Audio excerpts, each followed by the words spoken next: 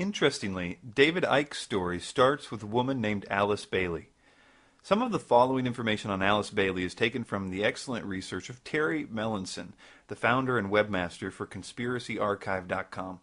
He writes, Alice Ann Bailey was a leading disciple of the Russian theosophist Madame Helena Blavatsky, the founder of Theosophy. Bailey formed the Lucifer Publishing Company in 1920, and in 1922 she saw the organization's name changed to Lucis Trust, though the advancement of the Luciferian beliefs remained true. Lucis Trust promulgates the work of a, quote, ascended master, a spiritual being who was working through or in Alice Bailey for some 30 years. The Lucis Trust Publishing Company and their many fronts carry out the work of a Luciferian, quote, master plan for the establishment of something they call the Age of Aquarius. Lucis Trust is a powerful institution that enjoys consultative status with the United Nations, which permits it to have a close working relationship with the UN, including a seat on the weekly sessions, but most importantly, influence with powerful business and national leaders throughout the world. Through its founding of world goodwill, Lucis Trust is, quote, aggressively involved in promoting a globalist ideology. Bailey's influential occult organization is tied to an international conspiracy of elitists like the Council on Foreign Relations, the Bilderbergs, and the Trilateral Commission. A spirit that called itself Deja Cool wrote many books through her. These included a plan that detailed many aspects of a world government that she called the New World Order. Quotes like, in a preparatory period for the New World Order, there will be a steady and regulated disarmament. It will not be optional. No nation will be permitted to produce and organize any equipment for destructive purposes or to infringe the security of any other nation. She actually outlines the process of how to prepare humanity for the New World Order in a section of her book, Externalization of the Hierarchy, called Steps Towards the New World Order. In another section called The Problem of Government, she appears to lay out the plan that would later become the basis for the Trilateral Commission by outlining how to divide the world into 3 blocks. But first she states this, coming now to the realm of government under the New World Order, one is faced with a very complex situation. Various basic trends of thought are appearing which, in the New World Order, will unfold in that major synthesis so much desired by the spiritual hierarchy of the planet. In addition to being one of the founders of the ideals and philosophies of those planning global governance, her writings also gained immense fame with another people group, that is of the so-called New Age. Her extensive writings served as the foundational beliefs of the New Age movement to this day. David Icke in recent times seems to agree with this. He said in his book The Biggest Secret, quote, 2 organizations spawned by Alice Bailey's work, the Lucis Trust and the World Goodwill Organization, are both staunch promoters of the United Nations. He also says, Alice Bailey founded the Arcane Esoteric School. She claimed to channel an entity she called the Tibetan, and she produced a number of books including Hierarchy of Masters, The 7 Rays, A New Group of World Servers, and New World Religion. Bailey said that her Tibetan master had told her the Second World War was necessary to defend the plan of God. That sounds ridiculous to me, but there are many in the New Age field who believe that everything is a part of the plan and the will of God, even a global Holocaust. It's impossible to understand why David Icke teaches the things that he teaches these days without first reading 2 of his now out-of-print books. His first book, Truth Vibrations, which he still mentions on his website, but says that they're out of stock, and his next book, Love Changes Everything, which he doesn't even have listed on his website at all. Before we get into the details of this very important material, you should know a little of the history of each book. Truth Vibrations was published in 1991, and Icke will refer to it from time to time. And although he admits his views have changed slightly, he still agrees with much that is in the book. Then there's his next book, Love Changes Everything. And unlike Truth Vibrations, Love Changes Everything was written after his Kundalini spiritual awakening in Peru, where Icke says that his mind was blown. And because of this, Icke says he doesn't like that book at all. He says, quote, I don't like that book because it was written at the most extreme time of my transformation, when I wasn't sure what planet I was on, never mind what my name was. The problem with trying to distance himself with these books is, as we will see, it's obvious that he still believes their main points. We will see countless examples of this in his recent talks and his recent books. And once you see the details of his early beliefs, it will become very clear that they are the same beliefs that are behind Alice Bailey and the New World Order. The first clue that there was a connection between Icke and Alice Bailey came only a few pages into Love Changes Everything, where Icke says, since the publication of the Truth Vibrations, I have learned so much more as I have communicated almost daily with Rekorsky, the one known as Lord of all creation, who is directly responsible for the changes the earth will undergo. I also communicate often with the one we know as Jesus, the Spirit of the earth, and many others. Now, keep in mind that this Rekorsky is the same spirit that dictated much of his first book, The Truth Vibrations, back when the I first appeared. He says on page 21 of The Truth Vibrations, quote, "Soon after this, the I appeared. One evening I was lying on my bed in a hotel room when I closed my eyes, and there, forming out of the darkness, was the shape of an eye. It was there for a split second at first before dispersing, but gradually it became permanent." Listen to Icke in this early interview when he talks about these entities. And one great example of the way this works I came across, which the beings, which we call the guys, told us about. You call them the guys? The guys, yeah. It's not but the beings like Tarot, Rakorsky, and yeah, that's right. Right. Yeah. Now he was Jesus' father, Rakorsky. That's right. And Merlin as well. Part of him was, yeah. That's right. Aspects. Now, although there's a lot to talk about from that clip, the thing that I want to focus in on is the being's name, Rakorsky. In Theosophy, Rakorsky is one of the ascended masters. These are the beings that are supposedly so evolved that they have transcended the physical realm, and now they are helping humanity pass through a coming age of enlightenment. Rakorsky was a particular ascended master that Alice Bailey wrote extensively about. It is especially significant that Icke calls him the Lord of all creation, and elsewhere, as we will see, the Lord of civilization, and says that he is, quote, directly responsible for the changes the earth will undergo, because these are absolutely clear examples that he is referring to the same ascended master that Alice Bailey made prominent, as she gave him those exact titles and said that his task was to establish the new civilization of the age of Aquarius.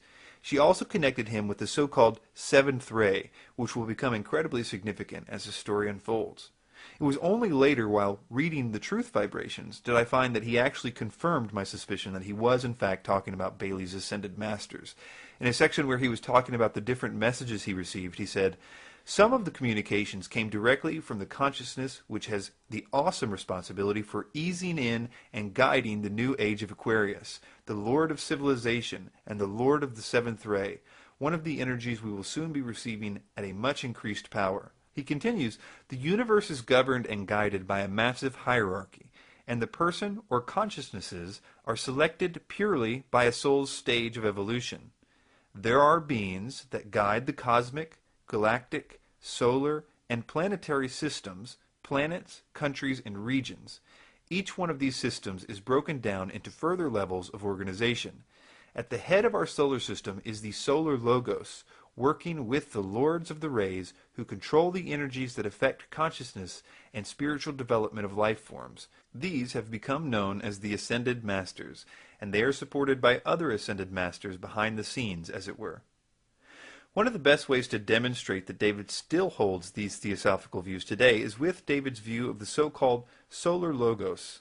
As we just read, David believed that there was a literal sun god called the solar logos, and that the solar logos was going to be the entity that would send the energy to raise our consciousnesses and to make us, well, godlike. In another place, Icke says that Rakorsky told him that, quote, "The solar logos is the spirit of the sun, who guides the solar system and sends certain energies to the planet and the stars." He also goes on to say that the solar logos can reach a, quote, "immensely high level of understanding, and that he or she can then evolve to be the lord over several suns." When Icke said earlier, at the head of our solar system is the solar logos, working with the lords of the rays, who control the energies that affect consciousness and spiritual development of all life forms, he's talking about how in Theosophy, it is the solar logos that is going to send the rays that are supposed to raise the consciousness of the earth. Alice Bailey's idea was that these 7 rays would be generated from the galactic logos, whom she often referred to as the one about whom naught may be said. These special rays would then be filtered through the sun god and then come to the earth to change us and the spirit of the earth, or Gaia. David very much believed in the 7-ray theory of Alice Bailey. In fact, in both of his early books, he not only gives lists for each ray and their characteristics, but he gives the exact characteristics for each one that Alice Bailey wrote. I will show you Alice Bailey's 7-ray chart on the screen, and I will read from David's book, Truth Vibrations. David begins, "These rays are 1. Pure will and power. Ray 2. Love and wisdom. Ray 3. Intelligence. Ray 4. Harmony through conflict. Ray 5. Concrete mind and science. Ray 6. Love and devotion. Ray 7. Law and order and ceremonial magic. The Rikorsky ray." That last part is a dead giveaway because if you notice that Alice Bailey associated each ray to an ascended master, you'll notice that next to the last ray, the one Icke calls the Rikorsky ray, is named Saint Germain. And that is what Bailey, and even Icke, would sometimes call Rikorsky. Bailey would also refer to him as Master R. One way to demonstrate how devoted Icke was to this idea of the 7 rays is to point out that during this time, he would only wear the colors turquoise and light purple because certain colors were attributed to the different rays, and he believed it would attract more good vibrations to himself. Yes, ma'am. I'd like to ask David, is there anything special about that suit that he has on? He wore that on the Terry Wogan show as well. The color turquoise, yeah. You can answer that, David. Well, this light, which the Bible talks of, this energy, this life force that is sent out from the Godhead and all around creation, and it's this life force around the planet that's been disrupted, has sub-frequencies within it. And each of those have a vibration, a frequency of a color. And turquoise is the color of an energy within that light known as love and wisdom. And if you wear the color that is on the same frequency, then you attract it and absorb it much more efficiently. And in case you think that he outgrew that, he posted on his website 11 years later a story defending his wearing turquoise back then. He would later modify his beliefs slightly. He said recently, "Turquoise is an important color, but you don't have to wear it all the time." In more recent times, he confirms this belief in the rays that will cause an evolutionary shift. In his 8th book, "And the Truth Shall Set You Free," he says, "Cosmic rays of unprecedented power are being detected. These are the energies that are changing life on this planet. These cycles are fundamental, I believe, to the spiritual transformation and the multidimensional shifts which the planet and humanity are experiencing." Now let's get into why any of this matters to you, a truth seeker. Let me first quote Icke from his book Robots' Rebellion. He says, "The sun is far more than a massive ball of fire generating warmth. It is another substation for source energies. The ancients knew this, or at least their most highly evolved members did. And this is one explanation for the origin of the sun god and sun worship. The more enlightened members of their number were not worshipping a ball of fire in the sky. They were acknowledging the solar logos, through which the knowledge and wisdom of the source reaches the planet." He continues, "Just as the sun is the mind that guides the solar system, the galactic mind guides the galaxy, and the universal mind guides the universe." Notice how he capitalizes these words like source and galactic mind. He's referring to the galactic logos from Alice Bailey, the one that she called the one about whom naught may be said. Notice how he talks about the worship of the sun in very good terms. That is, as long as you know what you're doing and know the esoteric truth about the sun, that it's actually the solar logos. After all, he says, these secret societies were just acknowledging the solar logos, through which the knowledge and wisdom of the source reaches the planet. It's a very good thing, he says, to venerate the sun, as long as you know what you're doing. We see him doing this exact same thing today. The only difference is that he doesn't use the word solar logos anymore. And as you watch these clips, notice the words he uses to describe the true worship of the sun. If you know David Icke, you know that he's using the best words in his vocabulary to present it in a good way. Words like vibrational. And one of the things that's come through history is the moon and sun religion. The religion using the symbolism of the sun and the moon, which has been manifested as the sun god and the sun goddess. Now this has many connotations. On some levels it's worship of the sun, but on deeper levels of knowledge, these are symbolic of deep esoteric and vibrational, mathematical, geometrical concepts. It depends what level you're meeting the knowledge at, what level you have access to. Terry Melanson, founder of ConspiracyArchive.com, said the following about the Lucis Trust logo. Quote, "The Lucis Trust logo features this streaming blue light. The New Age symbol invented by Foster Bailey, Alice Bailey's 32nd degree Freemason husband, has a plethora of symbolic imagery. The symbol, according to Lucius Trust, is, quote, set in a limitless field of blue, which signifies the sphere of life expression of our solar logos. Superimposed upon the triangle of New Age forces is the five-pointed star. In her book Rays and Initiations, Alice Bailey reveals that the solar logos is Lucifer himself. Now listen to Icke describe how the sun's rays are going to be the thing that causes the spiritual evolutions that he always says are coming. And listen carefully as he tries to work in the black hole in the center of the galaxy as being the source of this life-changing energy. And this is important because, as we will see, he has no scientific reason for saying that the black hole is going to send out any energy to the sun, but I think he does have a religious belief that Bailey's 7 rays will come from the galactic logos and are then sent to the solar logos to transform humanity and the earth. And my feeling about this awakening is that this is very, very much involved. I've got a lot more to do on this, to say the least, but I'm sure that the sun is far more than a source of heat. It is a place or an opening, a gateway, where great energetic change and code changes come into this solar system, same with others all around what we call the universe. And I feel that at the elite level, not among the general population, one of the focuses on the sun, or the reasons for the obsession with the sun, is the knowledge of this, right going back to the ancient world. I also feel that the black holes and stuff are also ways that these energetic codes come in and out of this reality. Is that what we're going through is, I talked there about this vibrational base construct, which is coming out of the black holes. That is now very powerfully in the process of changing its vibrational state. We're in this cusp between how it was, the suppressed, the limited. So as this energy changes, it's triggering different photon information from the suns, in this case our sun. And so people are starting to, those more open to it first, are starting to decode a different base information construct. And what that's doing is changing their perception as we decode it and move into a different era. This vibration coming from the black holes, this base vibration, now there'll be more to know, and I'm trying to put the themes here.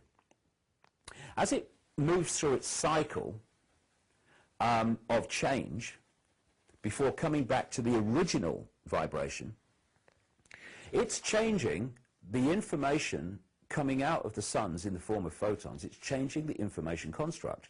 Therefore, we are starting to decode, as it moves through the cycle, different information. And I tell you the way I see it, anyway. What I'm saying in my new book is that the black holes, like the one in the center of this galaxy, are vibrating the base vibrational state of this reality. But it's not stable in the sense that it doesn't just stay forever vibrating in the same way. It goes through a cycle. And so it goes through this vibrational cycle, and eventually it comes back to the start.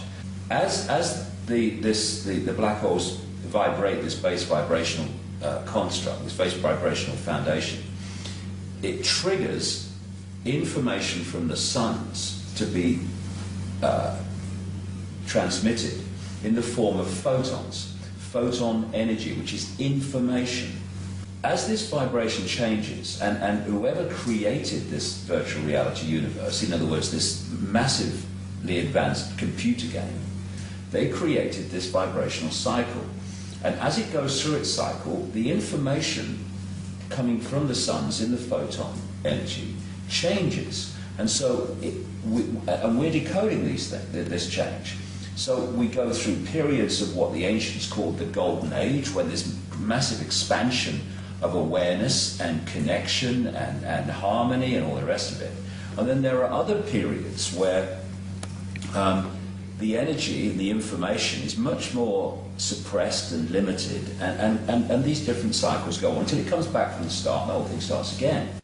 Now, I looked into his new book to see if he explained what this cycle was that the black hole was going through, because in running the website, the2012deception.net, I feel I've heard just about every theory in which a cycle concerning the black hole and the sun is mentioned. Yet I've never heard of a vibrational base frequency that was part of a cycle or anything remotely similar, so naturally I was very curious to find out what scientific information he had to back up these claims, because it seemed like he was just trying to make the theosophy idea sound really scientific. So I thought it was really funny when first I found that he never addresses this cycle at all in his new book, but what he did do was pretty hilarious. He actually put a picture of Carl Sagan on page 406 of Human Race Get Off Your Knees, and instead of quoting Carl Sagan, he quotes a woman named Carol Clark who had a, quote, vivid dream where dead Carl Sagan spoke to her. This dream version of Carl Sagan is literally the only scientific support he has for this particular idea. It simply says on page 407, quote, black holes resonate the frequency, and the different frequencies trigger different levels of information awareness to be emitted by the sun in the form of photons. So this dream version of Carl Sagan is the only evidence that Icke offers us to believe in this incredibly important theosophical idea about the sun god sending rays from the galactic god to change humanity. Even Icke's latest and greatest theories have their origins in his early writings, which in turn have their origins in Alice Bailey's writings. Take, for example, the subject of the moon. Icke claims he got the message from the spirit world regarding the moon. I sat down to start writing that day, and the energy in the room changed. I thought, I know this, I recognize this. The energy in the room changed. There was a vibrational change. You could feel it. The atmosphere changed is a simple way of putting it. I recognize this. And what I then got as this was happening is the basic first theme was the moon is not real. Of course, there's more to know about that as came, but the moon is not real. The moon is not what you think it is. He claims in his recent book that the moon is an artificial spacecraft, that the reptilians flew to our solar system, and once it came into orbit with the Earth, it caused major catastrophes. But what's worse is that it messed up the vibration so bad that it took us from godlike beings that could levitate and only had to eat energy instead of animals, down to people who are like we are today, controlled by greed and anger, etc. There are several things very interesting about Icke's brand new theory. One of them is that it's not new for him at all. He describes the exact same thing in his book Love Changes Everything, but with a slightly different flavor. He says, quote, Satan incarnated on the moon and helped to create fantastic negativity. The imbalance was such that the moon spirit left, and Lucifer, now rejoined in the light levels by Satan, used all the power of the negative energies and those created at the moment the spirit left to direct the dying, spiritless planet towards another planet. The light levels had known that Lucifer was planning on using the moon to create havoc, because his thought forms were passed directly to the Archangel Michael through the Debunked information system and vice versa. Lucifer was thus aware of this and found a way to prevent the Godhead and Michael knowing exactly what he intended to do with the moon. He formed a very large number of plans in his mind, but did not decide which one he would go for until the last possible moment, when he sent out one surge of negative energy that directed the dying moon towards Earth. The Archangel Michael said, there were a great number of possibilities, and we were in a waiting situation. Icke says that this, luckily, was happening right at the time of a scheduled axis shift at the end of the Atlantis civilization, and as a result, the sun god was putting forward a lot of positive energy at the time.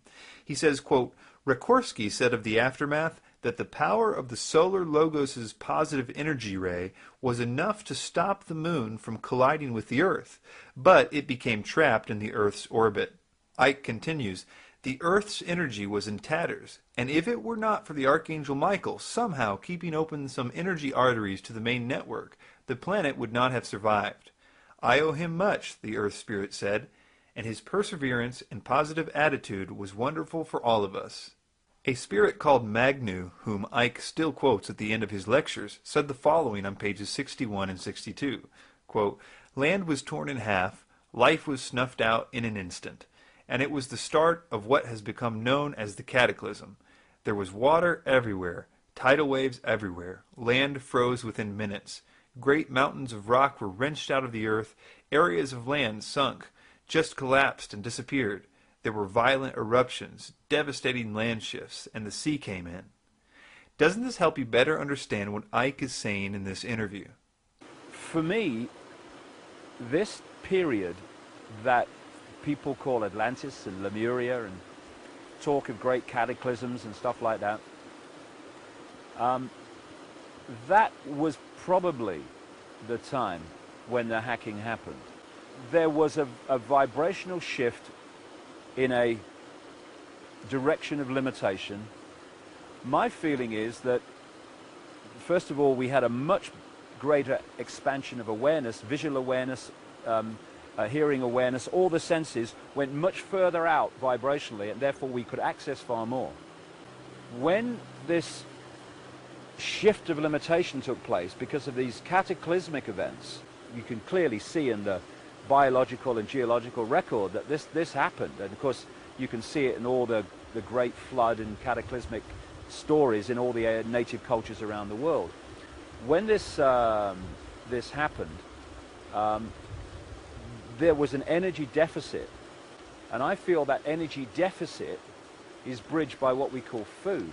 You've got lions and all these different animals all over the world, right down to the insects level of life, that basically every day is a killing field just to survive, because they are taking in energy in a solidified form, that energy deficit, because of the energetic shift that took place. That's brilliant.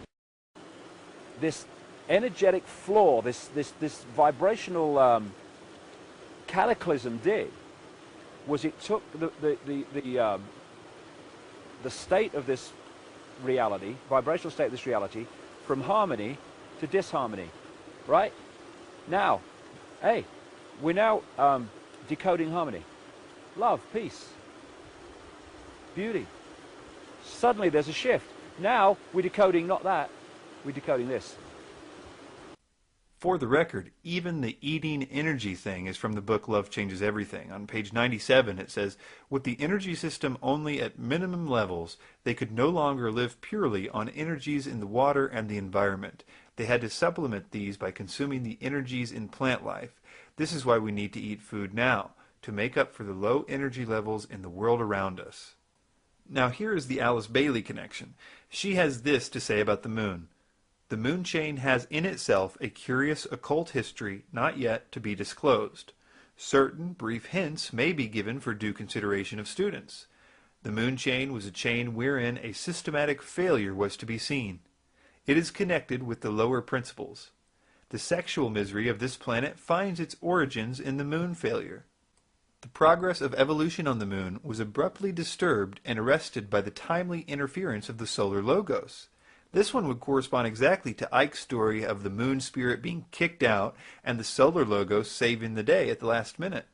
The secret of the suffering in the earth chain, which makes it merit the name the sphere of suffering, has its origin in the events which brought the moon chain to a terrific culmination. This next one from Alice Bailey is pretty important because it's at the heart of what Icke's current theory is. It says certain results, such as the finding of its polar opposite, were hastened unduly on the moon chain, and the consequence was an uneven development and a retardation of the evolution of a certain number of diva and human groups. Diva is a term that Bailey and Icke used to mean angels, like Lucifer. The origin of the feud between the Lords of the Dark Face and the Brotherhood of Light, which found its scope for activity in the Atlantean days and during the present root race, can be traced back to the moon chain. So you can see that Icke's new moon theory is really just an expansion of Alice Bailey's writings on the moon. The next piece to this puzzle surrounds the idea of Gaia, or the Earth Spirit. David has been, and still is, very passionate about the existence of the Earth Spirit, what Alice Bailey calls the planetary logos. The spirit of the Earth is the most evolved spirit ever to incarnate in a physical planet. She is a wondrous being of an evolution that we could not even begin to comprehend. And without that wondrous spirit and that high evolution, and the higher you go up in evolution, the more ability you have to love, the more ability you have for tolerance, the more of all these things you have. If she didn't have that, she would have left this planet a long time ago. When I said publicly in 1991 that the Earth was a living entity that we could communicate with and could communicate with us, people just dubbed me crazy. And now we're seeing scientists who have studied this coming to the same conclusion. Yes. No one did more to popularize the idea of the Earth Spirit than Alice Bailey. It was her writing that influenced the Gaia religion of the United Nations, which will play an important role in the coming world government. A great example of this is a man named Robert Mueller. Robert Mueller was the author of the World Core Curriculum. He is widely recognized as the father of global education. For 30 years, he was Deputy Secretary General of the United Nations. He was the Chancellor of the United Nations University. His ideas about world government, world peace, and spirituality led to the increased representation of religions in the United Nations, especially the New Age movement. He became known as the philosopher of the UN. He's the founder of Robert Mueller Schools, and the preface of the Robert Mueller School World Core Curriculum Manual, November 1986, says, "The underlying philosophy upon which the Robert Mueller School is based will be found in the teachings set forth in the books of Alice A. Bailey by the Tibetan teacher Dejwa Kul." Robert Mueller told an audience in Costa Rica, "We hear now of the Gaia hypothesis, of the interdependence of all inert and living matter, that we are part and parcel of a living planetary organism." Maurice Strong is another Gaia supporter. He was the founder and Secretary General of the United Nations Environment Program and Secretary Advisor to Kofi Annan. He was the founder of the Earth Council and the Earth Charter Initiative and former president of the United Nations University of Peace. He is the author of most of the key United Nations environmental policies and plans, including Agenda 21, the Earth Charter, the Kyoto Protocol, and the United Nations Report on Global Governance. He also founded the Manitou Institute, where various groups perform rituals to heal Gaia. This list can also include people like Al Gore and Ted Turner. So I'm saying that there's a connection between Alice Bailey and the idea of Gaia, or the Earth Spirit, and the New World Order agenda. And to understand it, we should listen to a quote from David Icke about what the Earth Spirit does when people aren't ready to evolve. It says, quote, "This is how the split in Atlantis occurred. And as it did so, the energy system and the roof of light became less powerful. The Earth Spirit decided, with guidance from Rikorsky and the Godhead, that rather than see such a wonderful people continue to fall down the frequencies, she would create the physical changes that would end Atlantis. Those who were still balanced enough to listen to guidance from the light levels would be led to places of safety during the changes. They would later return to restore the roof of light and to take care of the planet still further to even higher frequencies than she had yet reached. You can see that the Earth Spirit did not make this decision out of anger or resentment. Her motivation was love, just as it is today. Had she done nothing, these beings who had worked so hard to evolve up the frequencies would have continued to fall back again. But when she told the Atlanteans her decision through thought communication, most of them didn't like it. This inability to understand the situation confirmed that the time was right to act. Although, according to Icke, this was cut short because of the moon being thrust into the Earth's atmosphere, this would not be the first time that Gaia had tried to commit an evolution-specific genocide, according to Icke. She also did the same thing to Lemuria, what he calls Mu, before it. He wrote, "The energy system was in such a muddle that it threatened the Earth Spirit's ability to harmonize, and she decided to act to bring Mu to an end. If there comes a point when it's necessary to take action to maintain balance for everyone's benefit and check the imbalances that are harming the progress of all in her care, then it is her duty to act. Sometimes this can mean enormous changes that have to take place, but it's always done out of love and necessity, not malice." And according to Icke, the Earth Spirit then proceeded to kill everyone. And he still believes we are in danger because the Earth's consciousness is too low. The only difference now is that the idea of the Illuminati has been incorporated as the ones making it happen. So, of course, the planet itself is a living, thinking, emotional entity.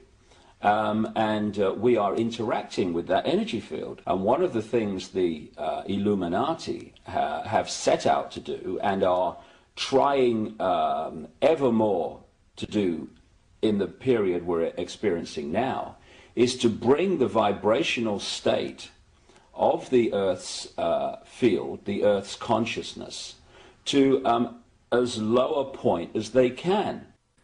It's also important to understand that Icke's belief in Lemuria or Mu and Atlantis are derived entirely from theosophy, and he still very much believes in these today.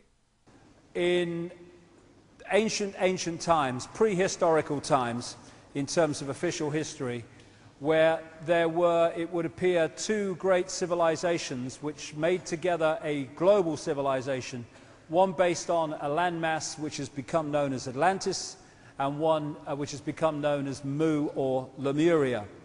And these were advanced, very advanced civilizations with, in many ways, knowledge beyond what is available in the public arena today. And they went to great technological lengths, great understandings, for instance, in how you can create a magnetic field which then makes vast stones basically weightless, and you can push them along and maneuver them around. Great technological advancement, at least among the elite. Now, there's not a shred of evidence outside the Plato account about Atlantis. And the idea of Lemuria, well, the main evidence for that is because Helena Blavatsky, the founder of Theosophy, simply said so. The idea of the sunken continent of Lemuria that Blavatsky describes has been proven an impossibility after the discovery of plate tectonics, which has led modern theosophists to concede that if Lemuria existed, maybe it was simply an era in time instead of an actual continent in light of this new evidence. Hitler and the Nazis also really liked theosophy. Hitler was said to have kept a copy of the secret doctrine by Helena Blavatsky by his bedside. The swastika of the Nazis was used because of its use by Blavatsky as her symbol for theosophy. The genocide that Hitler imposed was rooted in the theosophical view of the tall, blonde-haired, blue-eyed root races from Atlantis. And actually Icke believed this too. He says on page 46 of Love Changes Everything that the inhabitants of Atlantis were an average height of 6'5", blonde-haired, and skin that glowed white. Icke himself remarks about the incredible influence that theosophy had on Hitler in this way. He says, quote, "I'm not saying that Blavatsky was negative, only that Hitler was influenced by her work." A few other similarities is that Hitler also believed in this idea that the moon came into our orbit and thus gave the need to create this new evolution.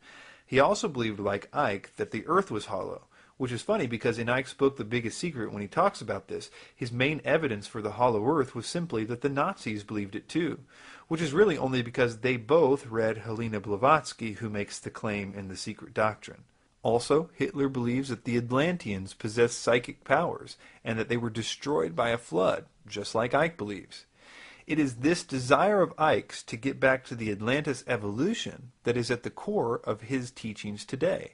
To demonstrate this, listen to Icke in this recent lecture read a message given to him by a spirit in 1990. We find in another place that Icke identified this spirit as Magnu, who he said was from Atlantis. Listen to Icke explain first that Atlantis was destroyed and how the ultimate objective is to attain the powers we once had in Atlantis. In 1990, I experienced this, and it stood the test of time in my experience. My own allegiance with your planet goes back to an Atlantean period when there were many energies being used and information and knowledge being used which were, for particular reasons of safety, withdrawn, shall we say, to prevent complete catastrophe, to prevent total destruction of your planet. As the energies around your planet quicken, this is 1990, so these latent energies, these energies which have been withdrawn, will now be phased back in. They will gradually be awakened. As the consciousness level of your planet raises itself, those of you who are working together to raise your consciousness, you will be able to hold more and more refined vibrations, and the energies themselves contain the knowledge and the information which is beginning to surface again in your consciousness. So many of you will remember the Atlantean times. You will remember that you communicated with, say, dolphins and whales. You understood these sentient creatures.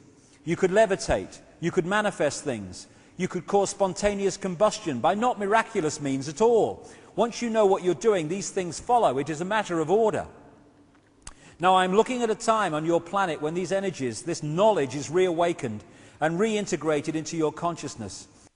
At the very least, we should all be warned that this philosophy has had negative consequences at least once before in history, because it's the same thing that Hitler wanted. The fifth root race of Blavatsky, which Hitler was trying to bring about, was known as the race of hope, and it was said that they would soon rise to the pinnacle of spirituality formerly attained by Atlantis, but that certain people were holding them back. And as we will see in the final section, Icke also holds to this very dark idea. This idea has always been planned to be used in the context of a one-world government. 33rd degree Freemason Manly P. Hall said, "The new Atlantis sets forth an ideal government of the earth. It foretells that day when in the midst of men there shall rise up a vast institution composed of the philosophic elect, an order of illumined men, banded together for the purpose of investigating the laws of life and the mysteries of the universe. The age of boundaries is closing, and we are approaching a nobler era, when nations shall be no more, when the lines of race and caste shall be wiped out, when the whole earth shall be under one order, one government, one administrative body." Another similarity is the contact with the so-called spiritual hierarchy. As we have seen, Icke is in contact with a plethora of spiritual entities, even up to this very day. The Thule Society, the secret society that Hitler belonged to, also used the theosophical swastika, by the way, believed that highly intelligent spiritual beings existed and that the truly initiated could keep in contact with those beings for information about the world. The occultist Dietrich Eckhart taught Hitler to get in contact with this spiritual hierarchy, and Hitler in fact believed he was in contact with this superior mythical race taught about by the Thule Society. Eckhart remarked on his deathbed, quote, "Follow Hitler, he will dance, but I am the one to blow the pipe. We have given him the means to put himself in communication with them." The T is capitalized. "Mourn me not, I have influenced history more than any other German." Hitler wanted to enhance his connection to these beings further, and Ernest Pretsky, a book dealer, introduced Hitler to a psychedelic drug containing mescaline and peyote. This produced clairvoyant visions that made Hitler believe he had opened the door to more supernatural powers. Icke, too, was seeking a deeper connection to the spirits that had contacted him, and so he went to Brazil, where he took a potent drug used by shamans to contact the spirit world. Icke calls what contacted him that night the voice, and he says that it was the most defining moment of his career. Then came the third stage, which started in 2003, when I had an ayahuasca experience in Brazil, and a voice talked to me for 5 hours about the nature of reality. Real clear, very funny, and mind-blowing and life-changing. I have often wondered if Icke has ever taken any precautions to make sure that the entities that he is in contact with are good entities. He often talks about how the Illuminati are in contact with bad extra-dimensional beings, after all. And the same gods, demonic entities as they're called in this case, that are worshipped by the Satanists, are the same gods that are worshipped by the secret societies and the religions. Unknowingly, in Satanism, it's knowingly. These reptilian entities seem to operate, and again, it's not just reptilian. There are many different kinds of entities that do not have a human form, that operate just outside of human sight, and history has recorded them as demons and all this stuff. So I wonder if he had a system to discern whether the ones that he's talking to are the same ones that are influencing the Illuminati. You can imagine I was a bit discouraged to hear things like this. Well, I've been on a long journey of nearly 20 years now, consciously doing this, and some force has been pushing me in different directions through intuition, through urges. I just got to do this, I've just got to go there. As I've gone through this and followed it, and who the force is and they are, I don't know. I'm not really that interested, funnily enough, because I just go with it, and I'll remember what it's all about when I leave this genetic spacesuit. Now, here is the mystery, considering all that we have learned so far. I think there's a lot of this whole New Age area, you know, of ascended masters and all the Blavatsky stuff and Ashtar Command. I say that that is a belief system controlled by the same force, which is also trawling that bloody energy as we go along. Again, considering everything we have just learned, this is clearly an admission that he has been lied to by the spirits all of his life. I mean, if they told him that they were Alice Bailey's ascended masters, which they did, and they taught him theosophy word for word, which they did, he must be admitting here that all that he was taught is a lie. But the problem is that he has never stopped teaching and promoting the beings he talked to or what they told him to teach. He clearly attributes everything he is to them. Among these messages that was given to me in 1990 were, he will say things and wonder where they came from. They will be our words. Sometimes we will put knowledge into his mind. Sometimes he will be led to knowledge. And another one was, a little bit later, arduous seeking is not necessary. I've given this a lot of thought, and I've come to some possible conclusions. Here are the facts. Icke never has mentioned the name Alice Bailey in his early books, although in them it's clear that he's teaching her doctrine, things like about the seven rays and the coming evolution, the solar logos, the new age, Atlantis, Lemuria, the age of Aquarius, being destroyed because of bad evolution, the earth spirit, the moon problem, her particular brand of reincarnation, even wearing certain colors. He never once, though, attributes any of it to her. He attributes it all to the spirits that he channeled. He says he got all this information from the spirit world, which I'm willing to believe, and therefore I suppose it's possible that he hasn't made the connection that everything he believes is from Alice Bailey himself yet. He may have never noticed that what the spirits told him was word for word Alice Bailey and or theosophy. The other possibility is that because he has alluded to in the past the idea that sometimes during channelings the paradigm of the channeler gets in the way of the message, and so therefore the message can be tainted by the messenger. He refers to this, I think, to try to explain the fact that he has pages and pages of material of his conversations with Jesus, whom he nowadays says never existed.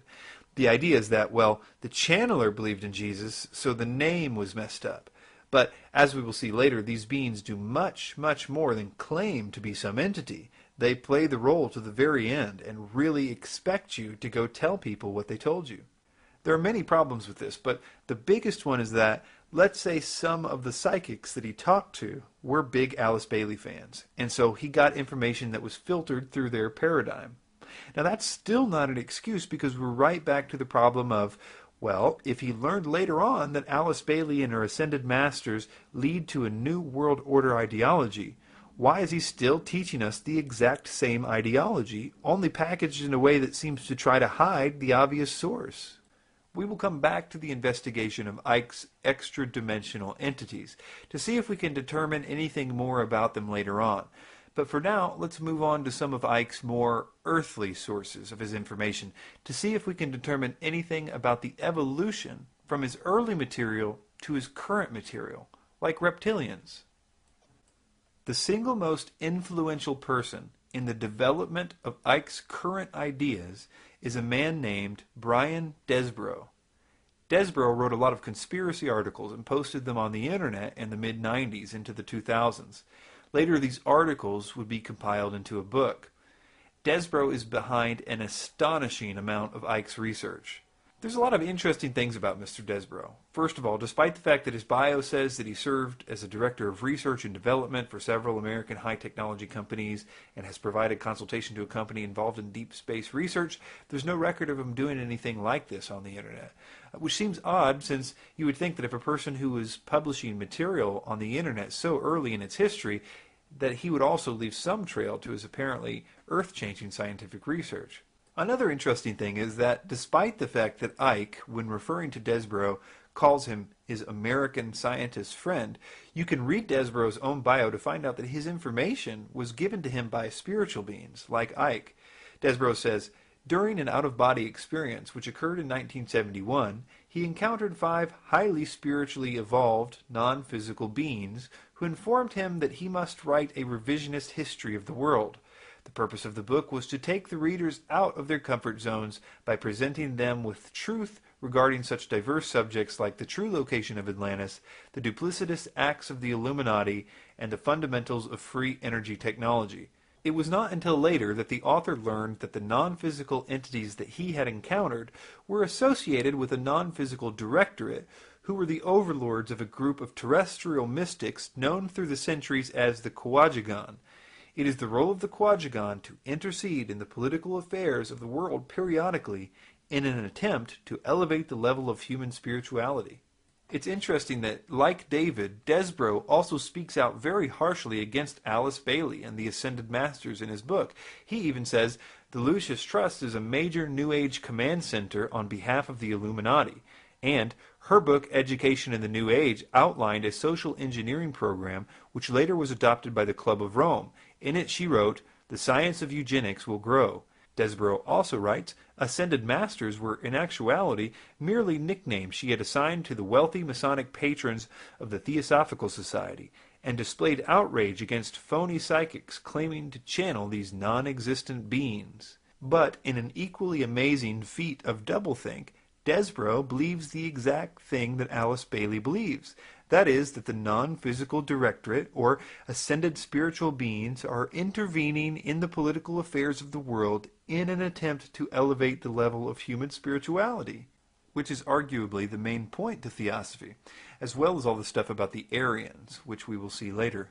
As far as Desborough's scientific background, according to his bio, it seems to be limited to a story he tells where a chance encounter with a pediatrician who had been one of Wilhelm Reich's research associates gave him access to all of his notes, which he says enabled him to acquire a knowledge of weather engineering and orgonautic science. In addition, as luck would have it, a similar thing happened to him, but this time it was with Nikola Tesla's notes. He says he met an old lady at a spiritual healing circle who had asked him if he liked Nikola Tesla.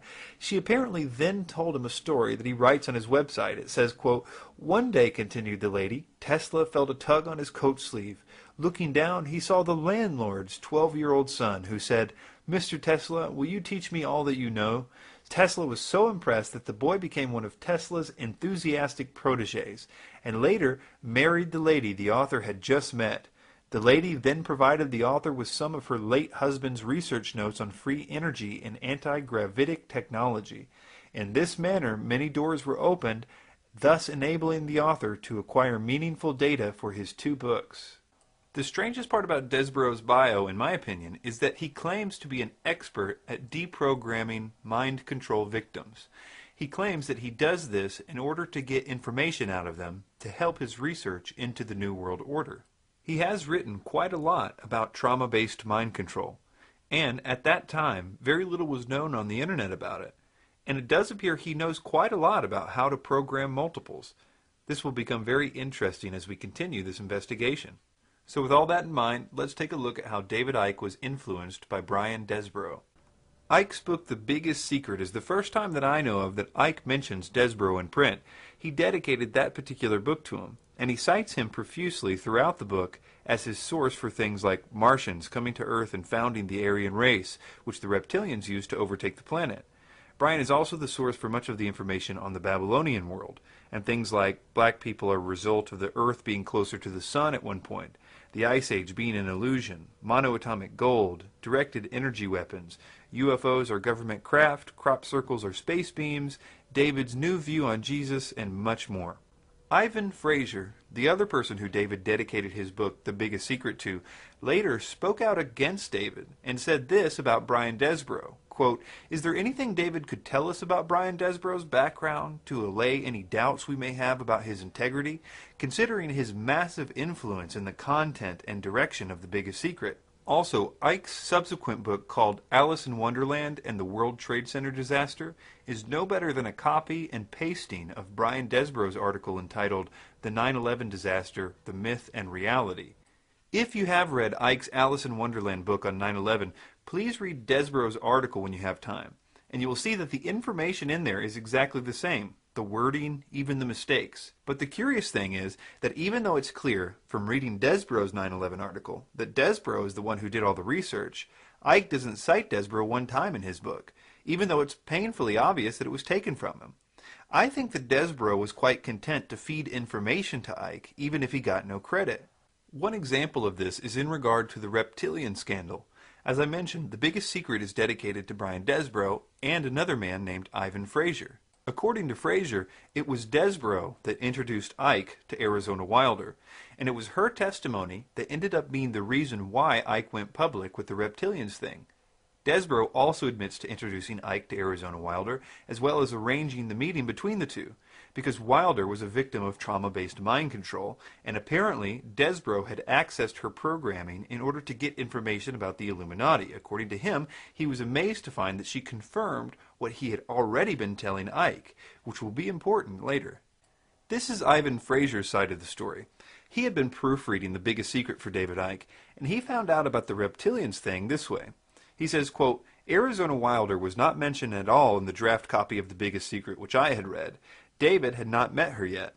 When the book was released, people started ringing me with questions like, is it true about the reptiles? And is this stuff about the royal family true? At which time I replied that I thought it was, based on the fact that the version that I had read stated only the theory of reptilians and that certain of the royals were involved in satanic rituals. Soon I heard about Arizona Wilder. David stated that he saw his encounter with Arizona Wilder as an amazing synchronicity which endorsed his work in his latest book. How could she have known all this stuff which tallied so exactly with The Biggest Secret?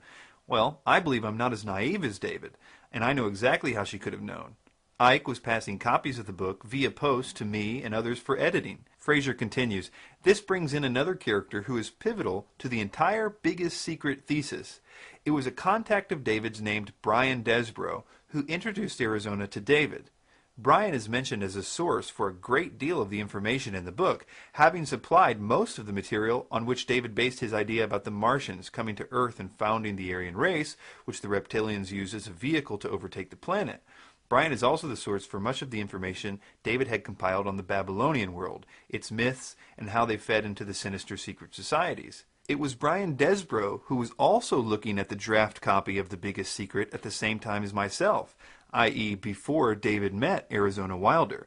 Therefore, the fact that Brian Desborough may be responsible for fundamentally leading the direction of David's research, if not planting much of the basis of the book in David's mind, is obvious. But then, to be the same person responsible for giving him the so-called eyewitness to testify to the verity of that information is highly suspicious.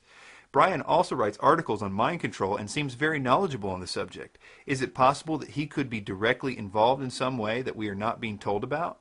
Fraser also says that Arizona endorsed Desborough's theories so closely that, quote, you would almost think she had already read the book or had been given the information beforehand. He continues, or considering that she claims to be an ex-mind-controlled slave, could it be that she was pre-programmed?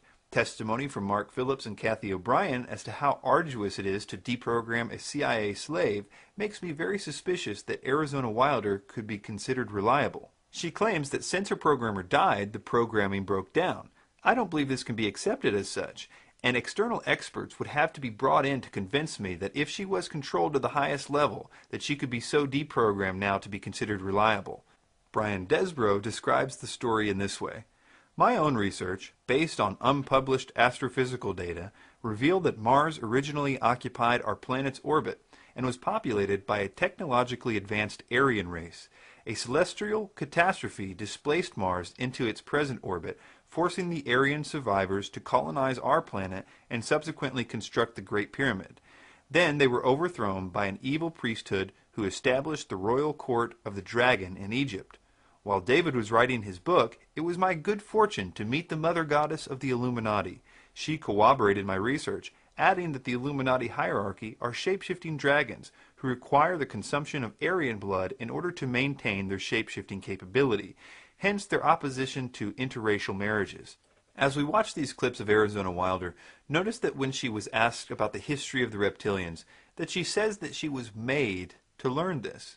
No matter who she thinks taught her this information, the fact that a bunch of Satanists made someone learn something sounds like programming to me. Your experience being brought up in this Illuminati environment, were you ever told anything about where these reptilians came from, and what is the history of it all? I was made to learn through Mothers of Darkness, which is a certain aspect of the organization, because that was an early part of my training, the history of what was the Illuminati on this planet. And what I learned was that the Aryans originally were from Mars, and the reptilians came to that planet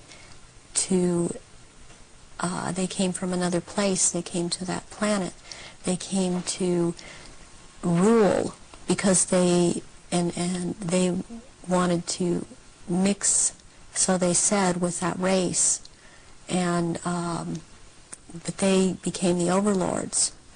That's an interesting term, overlords.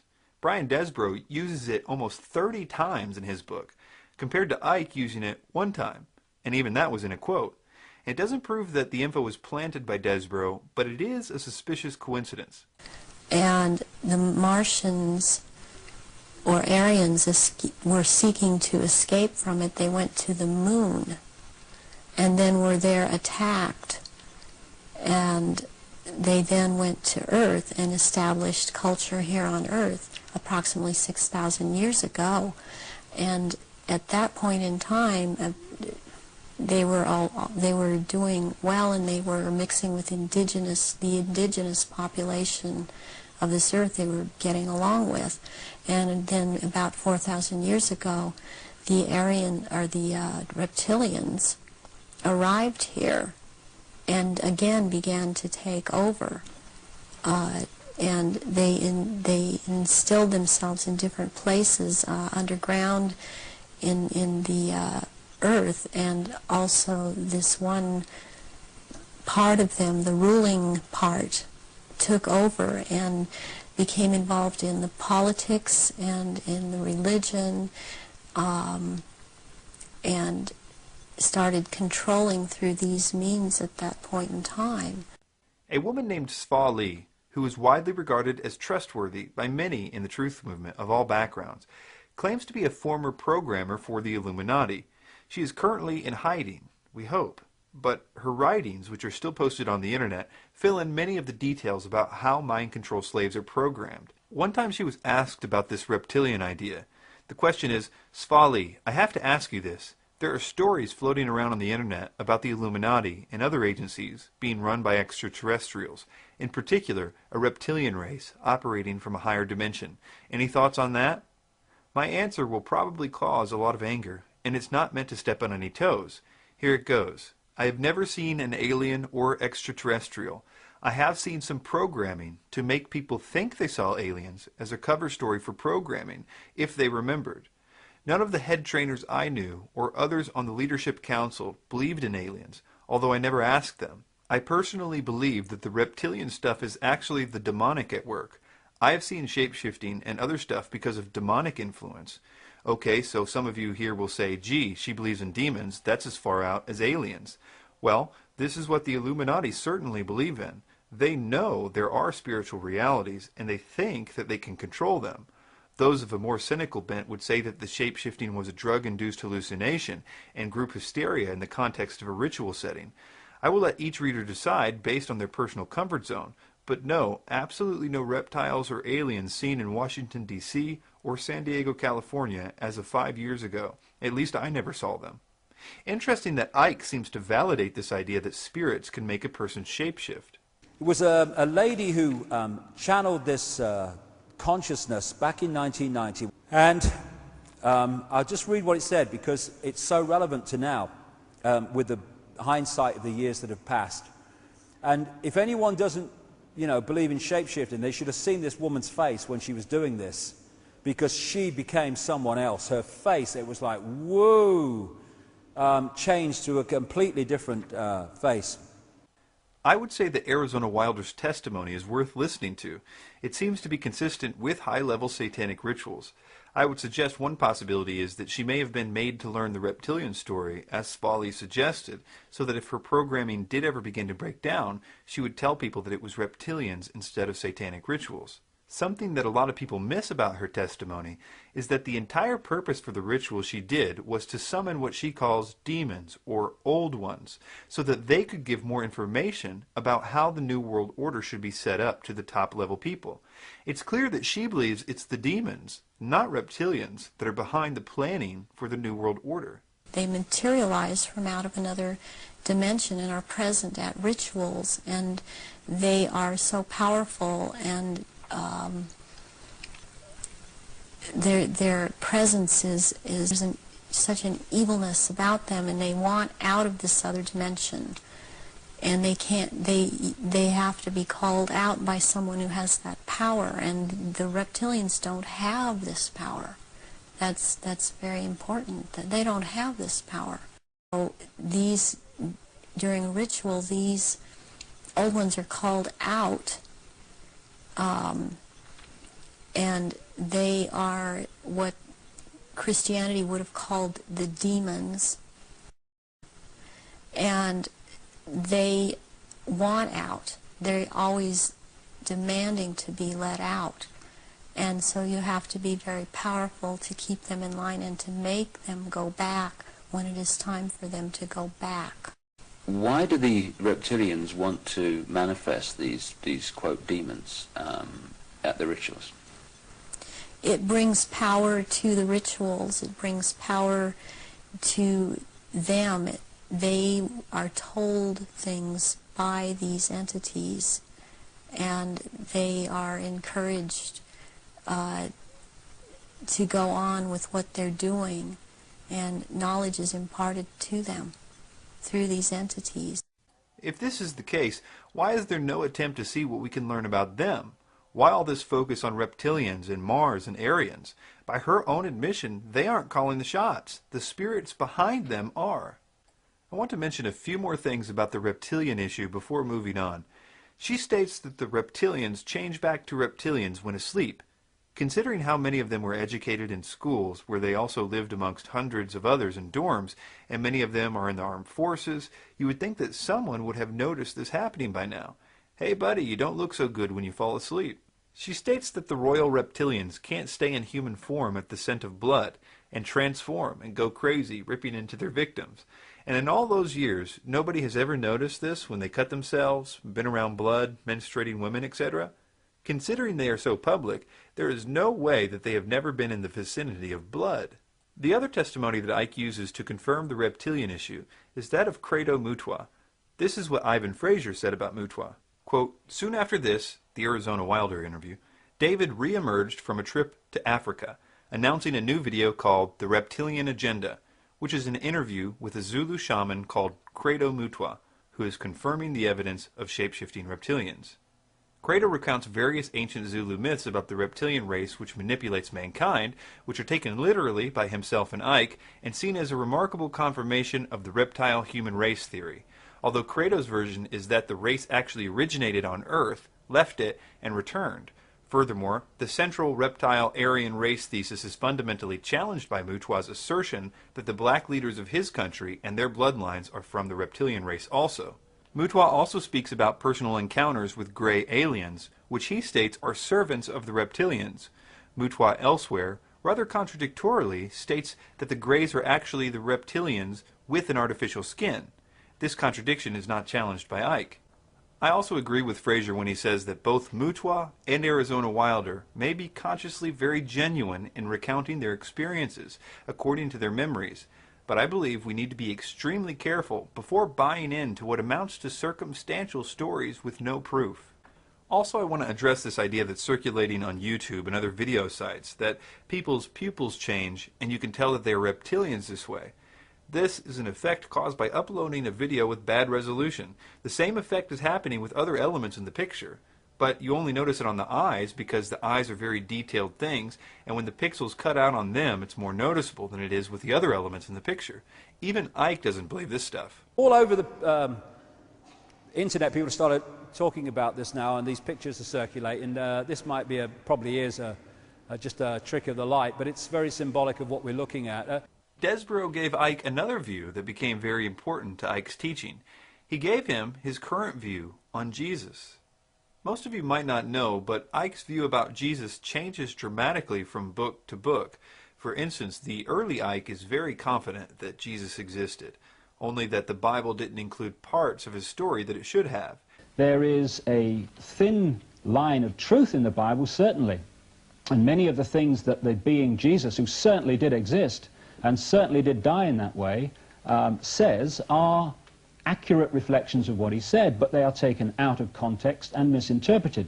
One interesting way to demonstrate that his views changed dramatically about this from book to book is by first quoting this passage from Truth Vibrations. He says, quote, "My own feeling and what I have channeled and seen leads me to believe that Jesus survived the crucifixion. I had a very strong vision of Jesus on the cross. During that vision, I was with Jesus, experiencing what he felt. He experienced great pain in his hands and wrists, and he was utterly exhausted. I then saw a pole being raised with a cloth, which was offered to his mouth. From this he took a drink. Soon after this he appeared to lose consciousness. When he awoke, he was lying with people all around him, attending to his wounds. They were all in white, I remember. It was clear that Jesus was in a state of shock. He whispered, 'I live, as though he had expected to leave the physical body. I had other visions and channeling, which together gave me this overall picture of what actually happened 2,000 years ago.' Now listen to his version of the crucifixion in his next book, Love Changes Everything. When the channeling, crucifixion, had finished, one of the followers asked if Jesus could be taken down, and his request was granted. He was still alive at this point, but the swift movement of the sword removed him from the physical level. Only Jesus knew for certain he would die. So, in this version, Jesus did die, which is obviously a massive contradiction from the previous book with no explanation of the discrepancy. Keep in mind, in that book, Jesus personally talks to David on a regular basis. For instance, Jesus is quoted as saying things like, quote, "I was so determined, David, so determined to ensure that the truth could not disappear because one man was nailed to some wood, and I knew the effect it would have on Lucifer Satan if the energies were powerful enough." Icke always tries to downplay his famous claim to be the Son of God. He always said he was simply claiming to be a Son of God, not the Son of God. But the problem is that he really did claim that he personally was the one spoken of in the Bible that was going to return. He claims in this clip to be the second coming of Christ. Do you think if Jesus were alive today and you'd been alive then, he would be writing books and doing promo tours and appearing on television programs and so forth? Would he be promoting it the same way that you are now? Tell you the funny thing, Nicky, you know, the Bible actually predicts the coming of the Son of Man, the coming of the Son of God, at this time of great change. Right now? Yeah. Well, at this time of great change. The Bible predicts you in a way? Yeah, exactly. It calls the being the Son of Man. Where is that? So people. That is in the book of Revelations towards the end. Right. And it's also earlier on in some of the Gospels too. What do they expect this Son of Man to look like? Do they expect him to wear a beard and a white robe? Well, they don't expect him to be a Hereford United goalkeeper. Correct. But did they expect the people 2,000 years ago didn't expect their Son of God or whatever to be a carpenter's son, and he got the same reaction. You see, what it is, it's about incarnating into a body that relates to the world as it is at the time. That's why Jesus was a carpenter's son and worked in Palestine. Why in this life have I... You were a broadcaster. Exactly. Why was I taken into the communications? You were taught self-discipline in sport. Correct. I know that. This is how it's done. Yeah. And so I'm comfortable talking to you, and I'm comfortable on television, I'm comfortable in broadcasting, which is a great help to get over the truth, as the world is at the moment, where the media is the vehicle to do it. You are given the gifts, and we're all given the gifts, that we need in particular lifetimes, and at this time, in this lifetime, I need certain abilities to be comfortable on the media and know the media, and that's what's been given to me. And as most of you know, Icke's view on Jesus changes dramatically from here. He would later add elements from various books that he read, and by the time he gets to The Biggest Secret, he exchanged all previous views for Brian Desborough's view. Have you ever heard of Icke talk about Tammuz and Nimrod and Queen Semiramis? I'm pretty sure you have. It's one of the most common parts of Icke's presentations, and he rarely misses an opportunity to launch into his spiel. In Babylon, they had a trinity of Queen Semiramis, also known as Ishtar or Istar, Nimrod, the sun god, she was the moon goddess, and Tammuz, who was the virgin-born son of Nimrod and Semiramis. He took this view word for word from Brian Desborough, and although he doesn't credit Desborough for it, it's clear that he did. For instance, there is no mention of Tammuz or Semiramis before this book, and it's obvious that he is using the same wording from Desborough's article called The Great Pyramid Mystery, Tomb, Occult Initiation Center, or What? For instance, Icke writes, Tammuz, who is said to have been crucified with a lamb at his feet and placed in a cave when a rock was rolled away from the cave's entrance 3 days later. Now compare that with what Desborough writes. Tammuz, who, according to the writer Langton Tius, was said to have been crucified with a lamb at his feet and placed in a cave when a rock was rolled away from the cave's entrance 3 days later. The only difference is that Icke takes out the reference to Langton Tius. One reason he probably did this is because Langton Tius was a person who was widely known for taking Christianity and trying to explain it using pagan symbology to be more acceptable to the pagans. So it's not shocking if we were to find this information, but as we will see, even given this, the claim is still not true, and that's probably why Icke drops the reference altogether. In any case, the point is that Icke took the reference, and it's clear that Icke had access to this particular article, because in other places in his book, The Biggest Secret, when Icke cites Desborough, he cites this very same article. The footnote reads, Brian Desborough, The Great Pyramid Mystery, Tomb, Occult Initiation Center, or What? A document supplied to the author and also published in the California Sun newspaper, Los Angeles. The biggest problem here is not who he got the information from, but how terrible the information is. No scholar would ever write that a rock was rolled away from Tammuz's tomb after 3 days. This is a flat-out untruth with no apologies. Even Acharya S., who Desborough is misquoting right here, disagrees with this idea, and that's saying something if you know who she is. Icke traded in his earlier view of Jesus for this most easily disproved one. I will call it the zeitgeist version of Jesus. This is the one where he did not exist in history, but was an amalgamation of ancient pagan gods. This is the one that I believed for a long time, thanks to David Icke. But I started doing some investigation on my own, and I realized that something was really wrong with this view. Although it sounded plausible and even scientific, I couldn't confirm any of it with the actual writings about these gods from the original sources. And all the people that claimed that these things could be found in the original sources were Freemasons or Luciferians. For instance, Icke tells us in The Biggest Secret that Horus was the Good Shepherd, that Horus was the Lamb. Horus was baptized at age 30, he was the child of a virgin, his birth was marked by a star, he had 12 followers, Horus was the morning star, Horus was the cursed, Horus was tempted on a mountain by Set, and that he was a child teacher in a temple. The problem is that none of this is true. If you read every single thing you can find that the Egyptians wrote about Horus, you won't find any of this stuff. It's a flat-out lie. And guess who Icke cites for his claims like this? Albert Churchward, a high-level Freemason. And not only that, but someone who lacks any expertise in this field. I think one reviewer of his book on Amazon said it best about Albert Churchward in regard to his scholarship, quote, This book is not recommended for those expecting a scientific approach. The absence of any description of the author's academic background explains it all. I've had a website up called zeitgeistchallenge.com since the film Zeitgeist came out, and it offers $1,000 cash to anyone who can simply show where in the ancient texts these things can be found. I've yet to have one serious submission to this challenge since the website was put up. I have had a lot of people confident that they could answer the challenge until they started to look for the actual writings themselves, which is why I put the site up in the first place, to get people to come to the same conclusions that I did on my own. This is a Freemasonic lie. Yes, I know that the movie gives a long list of their sources, but if you inspect those sources, you will find that they do not even attempt to cite actual original texts, but instead cite recent authors who themselves do not cite sources. If this idea that I'm suggesting makes you mad and you think that I'm kidding, please watch the films Zeitgeist Refuted, Final Cut, or Zeitgeist Part 1 Exposed, the film. In the footnotes you'll find both of them, and they're both by two separate filmmakers, and they do a great job of showing how easily this idea is refuted. In fact, of all the various versions of Jesus that Icke has had, this current view is the most easily refuted. Now let's go back to Desborough and Icke's view about all the Babylonian symbolism in Christianity. But first, let me explain something that will really help you understand what we're about to discuss.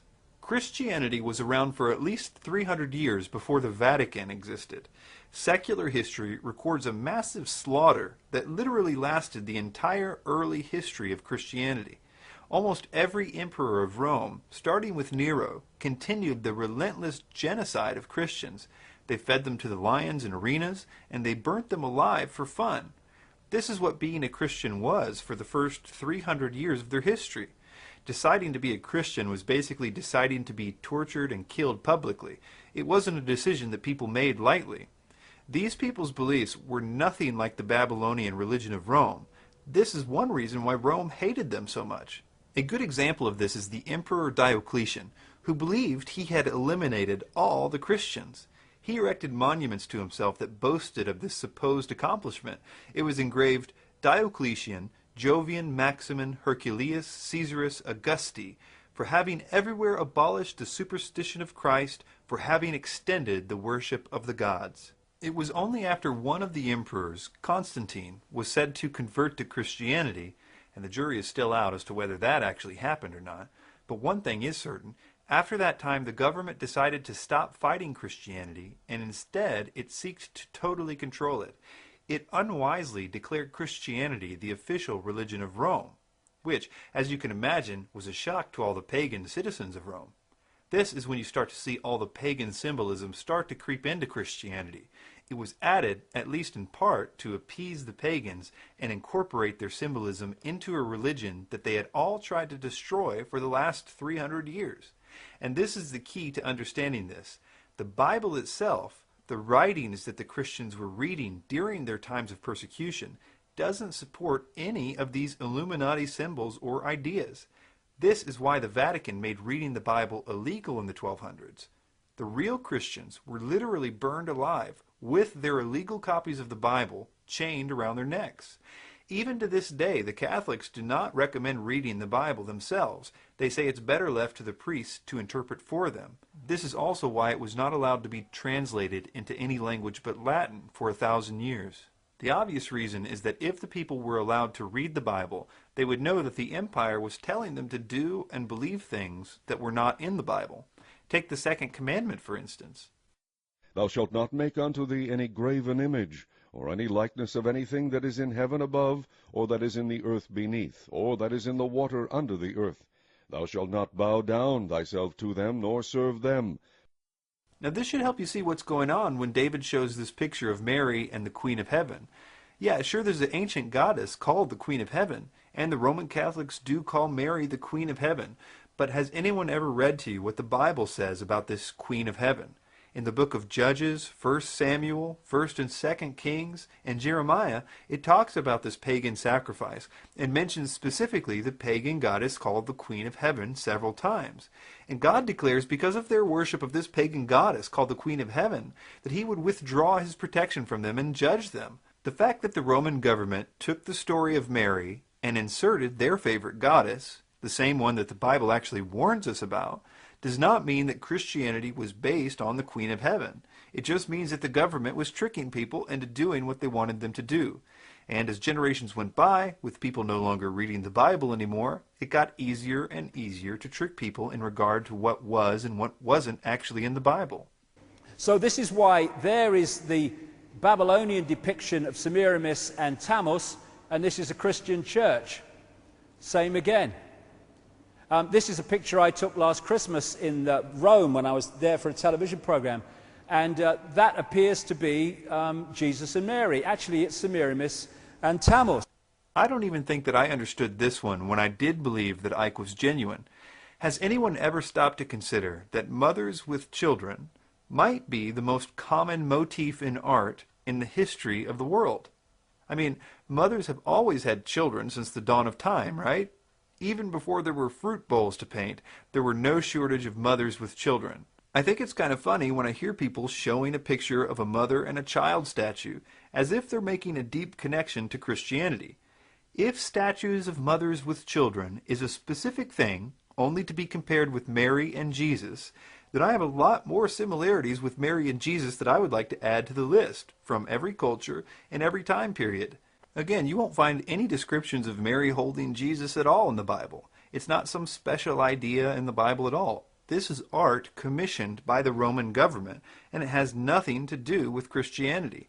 Early Christians did not make images of Jesus because of what they thought was obedience to the second commandment about making idols.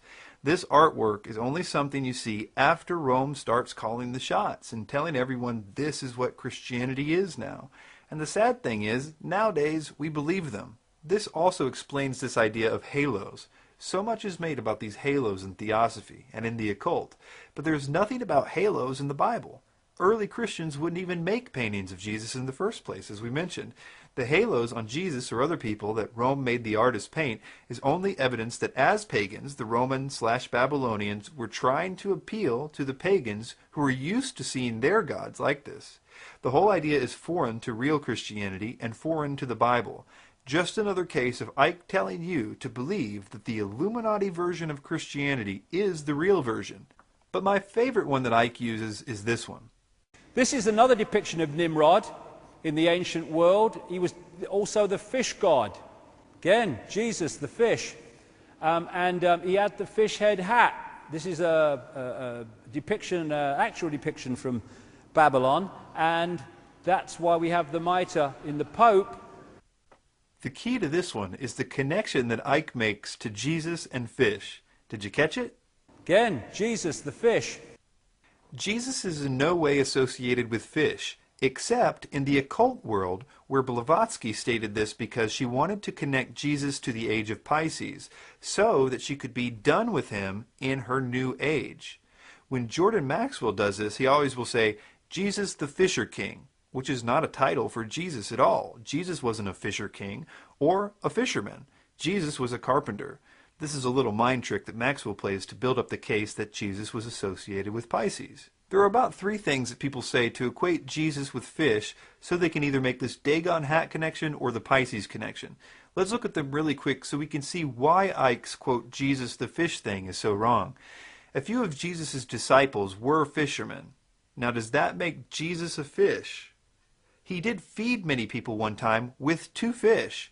And this is why people equate him with the astrological sign of Pisces, which is represented by 2 fish. But when people make this claim, they never mention that only a few days later, he did the same thing with more than 2 fish and a different number of loaves. Why wouldn't they tell you about that instance a few pages later? Because it ruins the whole Pisces thing. The fact is that Jesus did all kinds of miracles. We don't associate Jesus with ears, even though he was said to heal a man's ear once. And the final thing that people do is point to the Jesus fish on cars. This symbol was representative of an acrostic in the Greek language that early Christians used to use as a sign to see if certain places were safe for them during the persecutions. It meant Jesus, anointed, God, Son, and Savior, and it doesn't make Jesus a fish. Before moving on to another man who Icke bases his beliefs on, I will conclude that the reason that the emperors of Rome and later the Roman Catholic Church tried to keep the Bible from people is that contrary to what we were taught in the so-called truth movement, the Bible is incredibly anti-Illuminati. Not only does God reveal to people like Ezekiel that the elites of his day, the Illuminati if you will, were worshiping the sun behind closed doors, and later he showed him that the secret worship of Tammuz was going on too. It is filled with discussions and promises to judge this so-called secret power of lawlessness, which we might call the Illuminati. See my video, Was the Bible Written or Changed by the Illuminati, for more on this. Another of Icke's sources is a man named Michael Talbot. He wrote the book The Holographic Universe, and Icke quotes him frequently as the basis for his belief that nothing is real and everything is a hologram. Talbot spends the first few chapters of his book doing an excellent job of describing a well-known theory of Karl Pribram and David Bohm called the holonomic brain theory. In their experiment, they cut out different parts of rats' brains and ran them through mazes and discovered that memories were apparently stored in each sector of the brain, which is similar to a hologram in that each piece of the hologram contains some information about the entire image. Both Bohm and Pribram would later speculate about applying what they found in the brain to the entire universe. but it would remain just a theory. The rest of Talbot's book simply starts naming paranormal phenomenon and declaring that it exists because the universe is a hologram. He rarely if ever cites his evidence, and when he does, he reveals his lack of discernment. Consider his support of Sai Baba. Talbot spends several pages gushing over Baba as a perfect example that the universe is a hologram because Baba, according to Talbot, performs these miracles. But watch this video of Baba performing what can only be described as cheap sleight of hand tricks as I read from the holographic universe. Perhaps the most famous modern-day materializations are those produced by Sai Baba, a 64-year-old Indian holy man living in a distant corner of the state of Andhra Pradesh in southern India. According to numerous eyewitnesses, Sai Baba is able to produce much more than salt and a few stones. He plucks lockets, rings, and jewelry out of the air and passes them out as gifts. He also materializes an endless supply of Indian delicacies and sweets, and out of his hands pours volumes of vibhuti, or sacred ash. These events have been witnessed by literally thousands of individuals, including both scientists and magicians, and no one has ever detected any hint of trickery. He can make sweet syrups and fragrant oils pour from his hands. He can produce exotic objects, such as grains of rice with tiny, perfectly carved pictures of Krishna on them. Equally astonishing are his productions of sacred ash. Every time he walks among the crowds that visit him, prodigious amounts of it pour from his hands. He scatters it everywhere, into offered containers and outstretched hands, over heads and in long serpentine trails on the ground. If Sai Baba had produced them by sleight of hand, it was undetectable to us. Talbot also talks about cases of stigmata. This is when people get wounds in their hands and feet that are supposed to be similar to those of Christ. These cases are dubious at best, especially because the wounds usually happen when no one is looking. But this doesn't stop Talbot from simply declaring them all to be genuine and evidence that the universe is a hologram. Or take some of the cases that Icke is fond of referring to. I'm sure you've all heard of the hypnotist that made the man see through his daughter. Everyone seems to love that one. Like that wonderful story told by Michael Talbot in the Holographic Universe. Yeah. And I read that page over and over again when I first saw that book in the late 1980s. This is the story about the stage hypnotist who hypnotized the father to believe that his father was that his daughter was invisible. Mm-hmm. And then he was able to read an inscription on the watch held behind her body, because for him it was no longer there and reality had changed. It was physically different in his mind. Like you write about in your book, about the fellow who's the hypnotist told the man, your daughter is not in the room with us any longer, and he looked right through the daughter to the man's watch. He tells a story in here which is so brilliant. That's why I do tell it quite often, because it's so symbolic of what I'm talking about. He attended a party which his father had, and he had a stage hypnotist along to do party tricks for the guests. There came a point where the hypnotist is dealing with this guy called Tom, and he said to him, he's doing through the tricks, and then he said to him, when I bring you back to a waking state, you're not going to be able to see your daughter in the room. At which point the hypnotist led the daughter to stand right in front of the father who's looking in her belly. He brings him out of to a waking state, or apparently so, and he says, Tom, can you see your daughter? Tom's looking around. No, I can't see her. She's giggling, he can't hear her. The hypnotist went behind the daughter, put his hand in the small of her back and said, I'm holding something, Tom. What am I holding? He looked bemused because it was so obvious to him. He said, you're holding a watch. He says, there's an inscription on the watch, Tom. Can you read it? He peered forward, read the inscription. His daughter standing between him and the watch. The problem is that Talbot simply says this happened at his own father's friend's house. There's no citation whatsoever. We are asked to simply trust him that this happened. Let me ask you, if this was so easy that all a good hypnotist had to do was to tell someone that their daughter wasn't there, how come it hasn't been reproduced in a lab or some other place where this could be verified with a measure of proof? I mean, was this particular hypnotist the only guy in the world that could do this? Why not have someone simply put the idea to the test and prove it? I hope you see that the answer to that question is obvious. Talbot had preconceived notions himself. He describes how he grew up in a haunted house, and these ghosts would mess with him and his family. He describes involuntary out-of-body experiences and a host of other experiences involving what he calls poltergeists. He was on a mission to validate his experiences, even by his own admission. Here are some reviews of his book that I think sum this up well. I was profoundly disappointed by the book. I was expecting something that took an analytical view of an intriguing theory and explored its implications. Instead, what Talbot provided was a general overview of holography, some broad statements about its implications, and then tons of anecdotes about psychic phenomena that he claims are explained by everything being a hologram. Sadly, that's not science, nor is it compelling writing. Another reviewer says, the book is completely disingenuous and uses numerous case studies where the evidence is presented in a dishonest way. A simple Google search will turn up enough information on many of the book's claims to start to raise doubt. Further investigation will make you very upset that the evidence is presented so matter-of-factly, with no mention of the numerous controversies surrounding the evidence. This would be funny if it weren't obvious that Icke has based much of what he believes on this idea of the holographic universe. Now, let's move on to the next chapter, where we will explore in depth David Icke's most influential source. They tell him what to write, what to say, what to wear, what to believe and what not to believe, and he calls them the guys. The beings which we call the guys told us about. You call them the guys? The guys, yeah. But the beings like Taro, Rakowski. And yeah, that's right. It's highly likely that I'm something to do with the whole process because I'm interviewing you. Well, it's difficult because I need to check all this out because you're throwing this at me and I need to sit down and check this out with the guys. But I would said that you were certainly involved in a great chance of being involved at that time. David often says that these beings have always guided him. It was the same beings that originally contacted him that are still guiding him. Well, I've been on a long journey of nearly 20 years now, consciously doing this, and some force has been pushing me in different directions.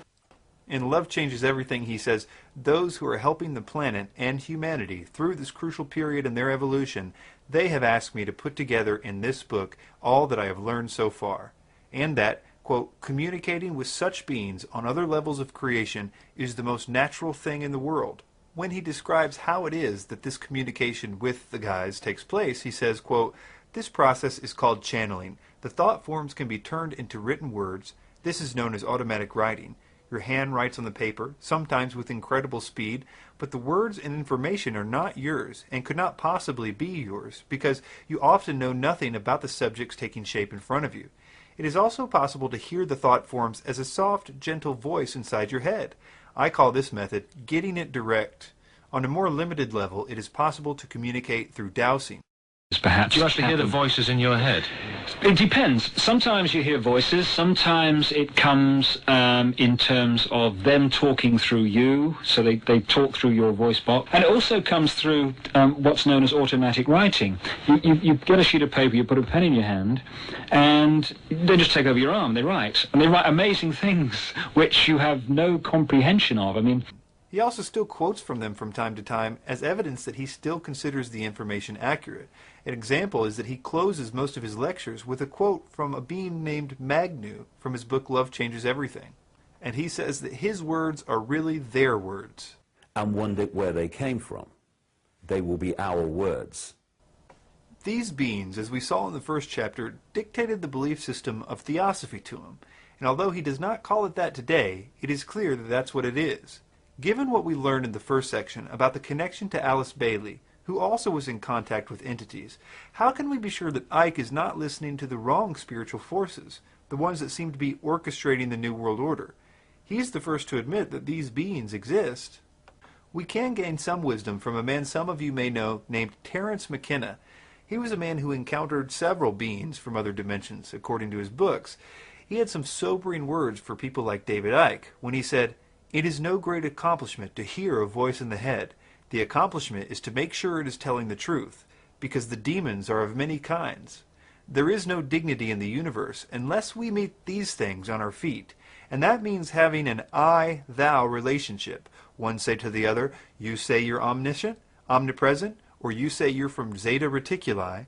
You're long in the talk, but what can you show me?" Magicians, people who invoke these things, have always understood that one must go into such encounters with one's wits about oneself. You can get a few things from this quote. Number one, McKenna believed that extra-dimensional entities were prone to lying about their identities.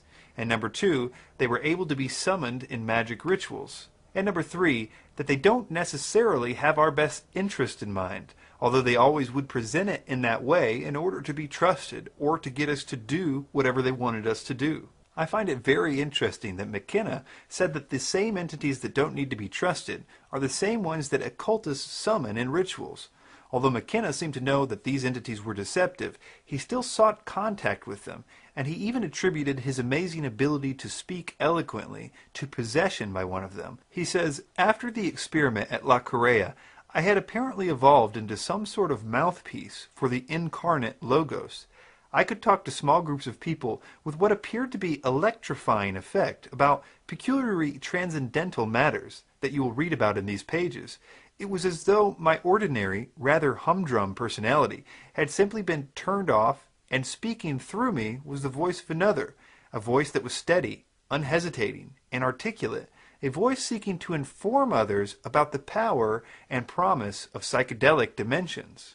From my study of the 2012 phenomenon, I have seen that these entities are very interested in getting people to go out and spread the idea that a spiritual evolution is coming.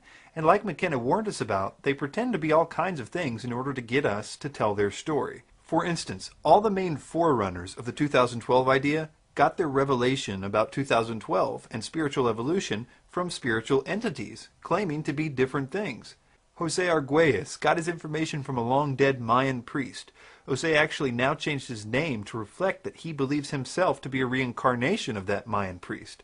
McKenna got his 2012 information from a being he calls the Logos, Pinchback from a being called Quetzalcoatl, David Wilcock from the Egyptian god Ra, Barbara Hand Clow from the Pleiadians.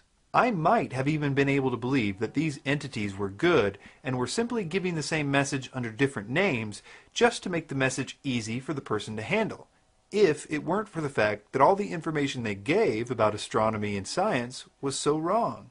For instance, David Icke in his book, And the Truth Shall Set You Free, talks about the, quote, photon belt. Keep in mind while we read this, that this information is 100% channeled information originally. None of it is real science, and we will see how wrong this theory is in a moment. He begins, underpinning these astrological events in this period is the photon belt. Many psychics and esoteric scientists, notice how he didn't say actual scientists or astronomers, are now agreed on the existence of a belt of highly charged energy, centered on the Pleiades star system, an estimated 500 light-years from the Earth. It is from here that much channeled information which feels right to me is purported to come. I believe that the Pleiades, maybe in our future, is a base for the positive extraterrestrial support we are being given at this time, and quite possibly the home of extraterrestrials who have abused the Earth and humanity too. Paul Otto Hesse claimed to have discovered a belt of immensely powerful energy which he termed the photon belt. According to estimates, it takes his solar system 24,000, some say 26,000 years to orbit the Pleiades, and the star reckoned to be at the center of the belt, figure 17, known as Alcyon.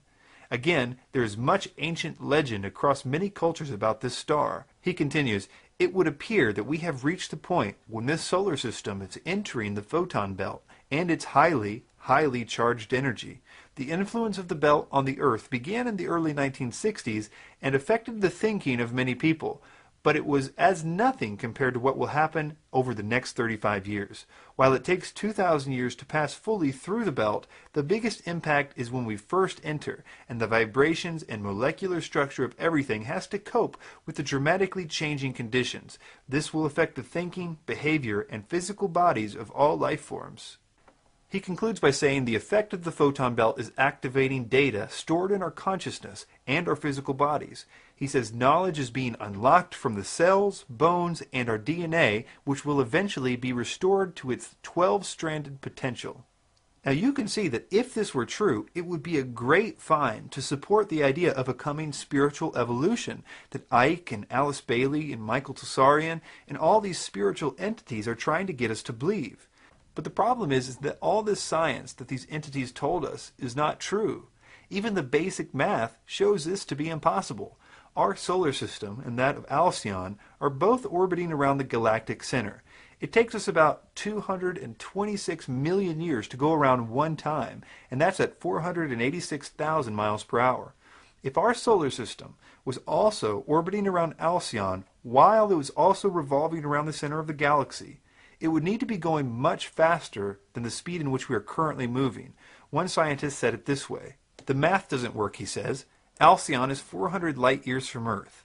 If the Sun was orbiting Alcyon in 250,000 years, it would have to have an orbital speed of 3,142 kilometers a second, which is 14 times faster than the Sun is currently orbiting the galactic center.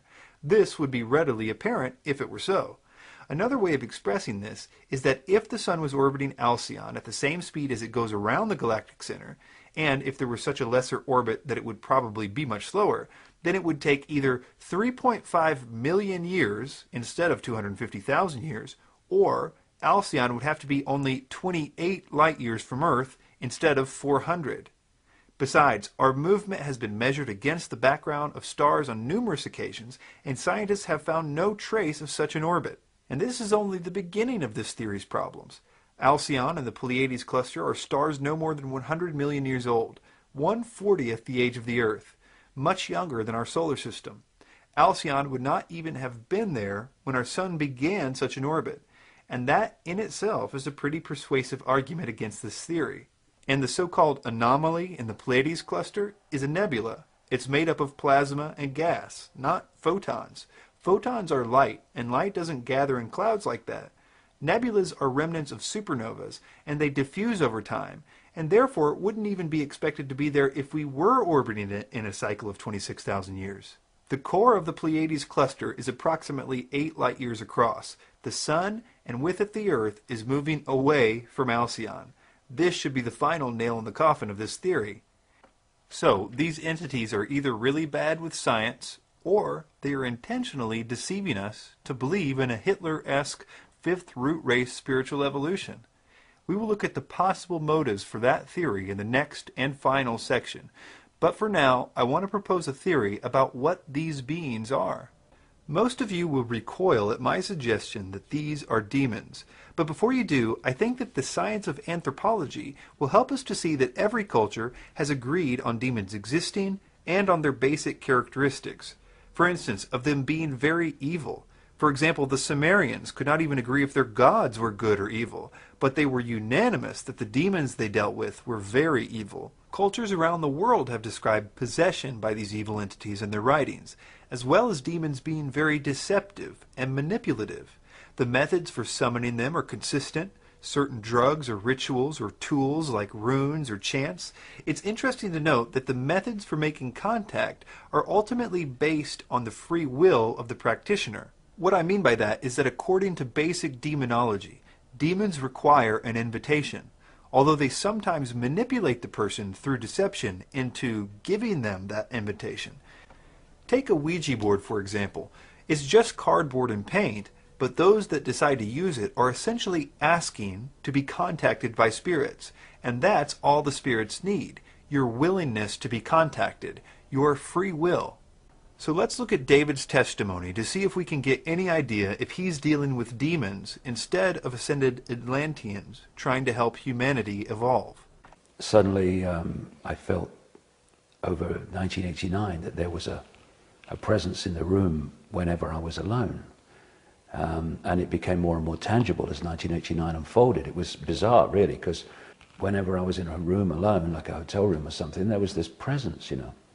And eventually it got so powerful towards the end of '89 that I was sitting on the side of a bed in a hotel called the Kensington Hilton in London, just down from the BBC headquarters. And I said to this apparently empty room, look, if there's something there, would you please contact me because you'll drive me up the wall. Let's stop right there for now. Notice how all this began with a desire to be contacted. Also note that David will later go on to basically preach that this is all that must be done for anyone to be contacted. All we've got to say, and it's very simple, is I accept that I am being guided. I have guides in other frequencies, other dimensions of life, who are here to guide me and help me through this lifetime so that I learn the lessons I decided I wish to learn. Go ahead and guide me. And when you do that, things start happening. He says on page 139 of Love Changes Everything, quote, Every single life form can be a part of this transformation if they say openly, I wish to be guided and work for the light. Notice that he capitalizes the word light. On page 156, he quotes the entities which told him, quote, always ask for protection and guidance. Ask and you shall receive, seek and you shall find. But then they say, you must make the first move. You need to exercise your free will. They tell him at the end of the book, quote, welcome all beings. If you do this, you're welcoming creation into your life. It is also interesting to note the negative effect that even pictures of Jesus began to have on him. In his book Truth Vibrations, he says this about a visit he made to a church as a tourist. Quote, looking up at a large painting of Christ, the picture suddenly turned black and moved around before my eyes. Only the face of Christ was still. Suddenly, I felt a sensation I can only describe as someone pushing a pneumatic drill into the top of my head. I gripped the pew I was standing beside, and my body vibrated from the top of my head to the base of my spine as something seemed to go through me. He says that months later, he was told that he received a gift of energy from one of the ascended masters of the planetary system at this point. Interesting that revulsion towards Jesus is actually quite observable among these entities. I would even go so far as to say that it's empirically testable in our modern times. I've had a unique opportunity to work with hundreds of cases of sleep paralysis through a website a friend and I started called StopSleepParalysis.org. Sleep paralysis is when one wakes up and can't move, but they are fully awake. It is most often associated with the feeling that there is some evil presence in the room. Over time, during the experiences, the presence can become more manifest in some form and can lead to very terrible cases of torture and even rape. This is attributed to demons in almost every culture in the world except for modern Western cultures like America. A few examples are in Fiji. The experience is interpreted as kana tevoro, or being eaten or possessed by a demon. In the Hmong culture, sleep paralysis is described as an experience called dab swam, or crushing demon. In Malaysia, Africa, Hungary, the Middle East, and everywhere in between, these events are attributed to evil spirits. Western scientists do not have an explanation. They postulate, with no evidence I would add, that it is happening because people are coming out of a dream state and into a waking state, and that their mind is still dreaming even though they have awoken. I suppose the obvious question is, if that were true, why does everyone seem to be having the same dream about an evil presence in the room? It seems that the dreams should be as varied as the dreams normally are among people, but this is not the case. In the cases that I have seen, about 90 to 95% of the people experiencing this have been dabbling in some occult or New Age practice, and they have in some way given their free will over to these entities, who now apparently feel that they have a right to be there. The more a person goes down that road, the more intense the control of these entities gets. Now here is the observable and testable part of this. If a person genuinely calls upon Jesus for help, the experience will immediately stop. Very often, the entities will scream or be thrown back. One of the interesting aspects to this is it doesn't appear that a person has to be a Christian to do this, or to have previously believed that Jesus was important in some way. In fact, as you can guess, many of the people who are getting this are not Christians at all. But most of them who do see this authority that the name of Jesus has over these beings that they've been dealing with for so long, do begin to research who he is and why his name is so important. Now this doesn't work with other names, interestingly. For instance, calling on Buddha, no matter how sincere the person is, doesn't seem to concern these entities. There would be another time in Icke's life when he would vibrate uncontrollably like he did when looking at that picture of Jesus. This was when he took his infamous trip to Peru. He tells the story this way. I had this overwhelming feeling, again, the urge, the impulse, to go to Peru. We go out to this place, and it's in the middle of nowhere. And basically, when you looked around, it was encircled by mountains, in the distance, mind. And I'm looking out the window, daydreaming, and I see this mound to my right, but must be no more than 3 minutes down the road. And as I look at the mound, all I can hear in my head is, come to me, come to me, come to me, come to me, come to me. And I walk to the center of the circle, and suddenly my feet go again, like they did in the news shot, but only seriously more powerful. They're like magnets pulling my feet to the ground. And I think, oh crikey, I recognize that, here we go. And then I felt like a drill going in the top of my head and through my body, through my feet into the ground, and then another one coming the other way. And then my arms go out at 45 degrees like that. I never made any decision to do it. And what then started to happen is this energy coming through me, this is February 1991, got more and more powerful. My body started to shake with it. Very powerful thought forms just passed through my head, just like in the news shop. It was like, you know, if you've got a dam and it's holding water back, well, the water is calm, right? Because that's its natural state in that situation, if you like. But when the dam bursts, before a new balance is found after the dam bursts, all hell breaks loose in the water, right, as it's trying to go from one state to another. Yep. When I look back, what happened to me on that mound? It was like the waters of my mind bursting. Icke always attributes this event to this place in Peru being located near a vortex point in something he calls the energy grid. But there is another side to that story. I used to believe in the idea of ley lines myself. I had no reason to doubt it. After all the so-called teachers I had in the truth movement talked about it as if it was a long-established fact.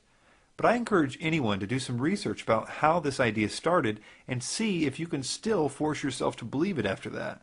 There is actually a very interesting history of its evolution, and I will provide links in the notes where you can get all the details on this to get you started with the research. I say this because many people will claim that a proof that a ley line exists is the fact that certain places, especially ancient ritual sites, have a very heavy feeling of energy.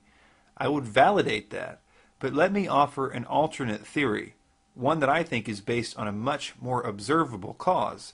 Icke would say that the reason that people were sacrificing on these ancient sites is because they were on powerful spots in the energy grid, and these people were adding negativity to it to affect world consciousness, and that's why the place feels negative. But I would say, based on my understanding of satanic rituals, that the areas are not intrinsically special at all. It is simply by it being the place where a lot of blood is spilled in sacrifice that it draws the presence of these evil spirits to the place. And that is why the area feels negative, as a result of their presence. Let me see if my theory helps us to understand what happened to Icke in Peru. But first let me describe a little about the area that he was visiting. The area that Icke was in was known for its blood sacrifice. New human sacrificial sites turn up all the time in Peru, from the pre-Incan and Incan civilizations, especially that of small children. In fact, the place that Icke talks about in this clip was a place called Silistani, where there are stone channels that lead down to the lake so that the blood of the sacrifices could flow from the sacrificial site to the lake. Ironically, there is also a lizard engraved at the site too, and they still sacrifice pregnant iguanas there to this day. There is a stone circle on the mound there, which is exactly like the one 3 minutes down the road where Icke says his Kundalini experience was.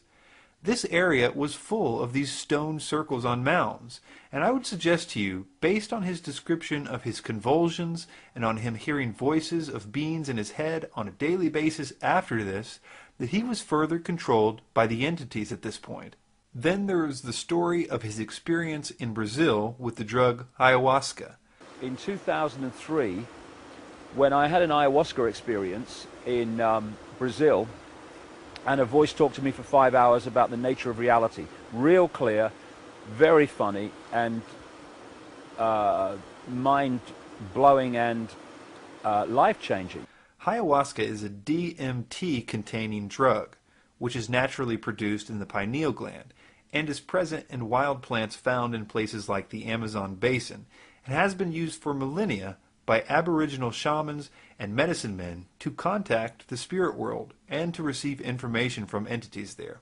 It is common for adjoining DMT partakers to see the same apparitions. Psychologist Dr. Rick Strassman conducted a formal clinical study of DMT ingestion under the auspices of the University of New Mexico, which he detailed in his book, DMT, the Spirit Molecule. He found, under controlled clinical conditions, that subjects had these experiences within seconds of ingesting DMT, which almost universally mimicked what are described elsewhere as alien abduction events. Note that these subjects were screened to be those who were not familiar with stories of UFOs or did not believe in them. The entities they encountered were typically described as traditional greys, reptilian, or insect-like. The context usually involved medical and reproductive experiments conducted by the entities on the subjects, described as violent rape episodes. When subjects were willing to try additional experiences, they reported that the entities acknowledged their prior disappearance with no sensation of time loss. The episodes were so traumatic to the subjects that a support group was later formed to help them deal with the emotional trauma of the experiences. I would ask you to remember the quote from Terence McKenna warning us about these entities. He had more experience with this drug than most people, and as much as he enjoyed talking about it, recall that he always described the so-called elves he came into contact with as, quote, mischievous, which is a more sugar-coated version of the descriptions that I have heard from people who have taken it, who simply call these beings evil. And I'm sure not everybody's experience is bad, but here's the question we should ask about these entities that show up when we take drugs like this. Should we assume that the entities that are talking about love are good? Or based on the fact that the negative ones obviously exist and are contacted by the exact same means, can we be skeptical of the positive ones as well? In fact, how do we know that the so-called good ones we encounter aren't simply pretending to be good? Especially, as in Icke's case, if the voice is clearly describing the same doctrine that Alice Bailey's ascended masters have been trying to teach us from the beginning, this idea of spiritual evolution. I think that the biggest problems we have in the truth movement are, one, we have no idea that everything we believe, we were made to believe by people carrying the message of these entities. And two, because we don't really understand what their end game is, or why they are so diligent with this deception, it makes us powerless to defend against it. We don't even know what it is they're trying to ultimately do. We find ourselves wanting to believe what they want us to believe, and we never have realized that we are being led like sheep to the slaughter to what I like to call the New World Order. Let me introduce you to the real plan of the Illuminati. The one thing that has never changed in Icke's teaching is the idea of the coming evolution of humanity. One of the themes at that time, we're talking 1990, was that there was a consciousness shift coming. I kept meeting psychic people a lot in those days, and they kept saying, I'm getting something, I'm being told to tell you this, and again it was, there's a consciousness shift coming. There is an awakening coming. And now as the 90s have become the new century, more and more this stuff about this shift is going on. This also happens to be the central thesis to Theosophy, the mother of the New Age movement. In fact, the very term New Age is referring to a coming time of spiritual evolution. This fact alone should show you how the idea of a spiritual evolution is the only idea that matters to these beings. We've already looked at some of the reasons why Icke thinks the idea of a coming spiritual evolution is valid. One is because he believes the photons from the photon belt will change us, and alternatively, he believes that the galactic logos will send its 7 rays through the sun god and change our DNA into a better evolution. Despite these flimsy premises, Icke is absolutely convinced that nothing can stop this from happening. I'm absolutely convinced that the end of this prison society is a done deal. I think the outcome is going to happen. I think it's meant to happen. And we're now seeing, and it will go on for a while, but we're now seeing the last throes of a dying system. You also have to understand that we are being promised a utopia in no uncertain terms. He says, quote, "Beyond the turmoil of transformation awaits a new dawn for all life forms on this planet. We will live in a world of love and peace and harmony, a world which the extremes of today and the recent past will give way to a level of understanding, wisdom, love that we could not begin to understand on this low and troubled frequency." The first problem that emerges is that this is sounding a lot like what those that write about a New World Order talk about. In fact, this chapter comes from a chapter entitled New World in Icke's Love Changes Everything. But what some people miss is that the New World Order really does plan to bring order out of chaos. It is supposed to rise out of the ashes of what will appear to be a great change in paradigm. That is why Manly P. Hall called it the New Atlantis. They intend for their system to look like a utopia, and they intend for people who currently fight them and resist world government to think that the old system that they have been fighting has been defeated, and they intend for them to embrace what will look like a utopia and their victory. Alice Bailey said it best when she wrote, "The New World Order must be appropriate to a world which has passed through a destructive crisis and to humanity which is badly shattered by the experience. The New World Order must lay the foundation for a future world order which will be possible only after a time of recovery, reconstruction, and of rebuilding." Notice in this next quote that she considers the current system, which is obviously still controlled by them, just the preparatory New World Order. She says, "In the preparatory period for the New World Order, there will be a steady and regulated disarmament. It will not be optional. No nation will be permitted to produce and organize any equipment for destructive purposes or to infringe the security of any other nation." She also says, "The present world order, which is today largely disorder, can be so modified and changed that a new world and a new race of men can gradually come into being. Renunciation and the use of the sacrificial will should be the keynote for the interim period after the war, prior to the inauguration of the new age." In a writing called Preparations Until 2025, she made some very revealing statements. She says, "This must form the theme of all propaganda work to be done during the next few decades until the year 2025, a brief space of time indeed to produce fundamental changes in human thought, awareness, and direction, but at the same time a quite possible achievement provided the new group of world servers and the men and women of goodwill perform a conscientious task." What was this new group supposed to teach? I find this one particularly interesting. It says, "The day is dawning when all religions will be regarded as emanating from one great spiritual source. All will be seen as unitedly providing the one root out of which the universal world religion will inevitably emerge." And this final quote that I find particularly interesting, considering that it is the one thing that Icke has consistently done through every manifestation. The last few pages of every book that he has ever written explains this message, the one that Alice Bailey says emphasis must be put on. She says, quote, "Emphasis should be laid on the evolution of humanity." There is also a very dark side to Icke's spiritual utopia, something that I've previously only alluded to. Not everyone is invited to the utopia, and those that refuse to conform to this new system will be eliminated. This is much more apparent when you read other channeled writings about this.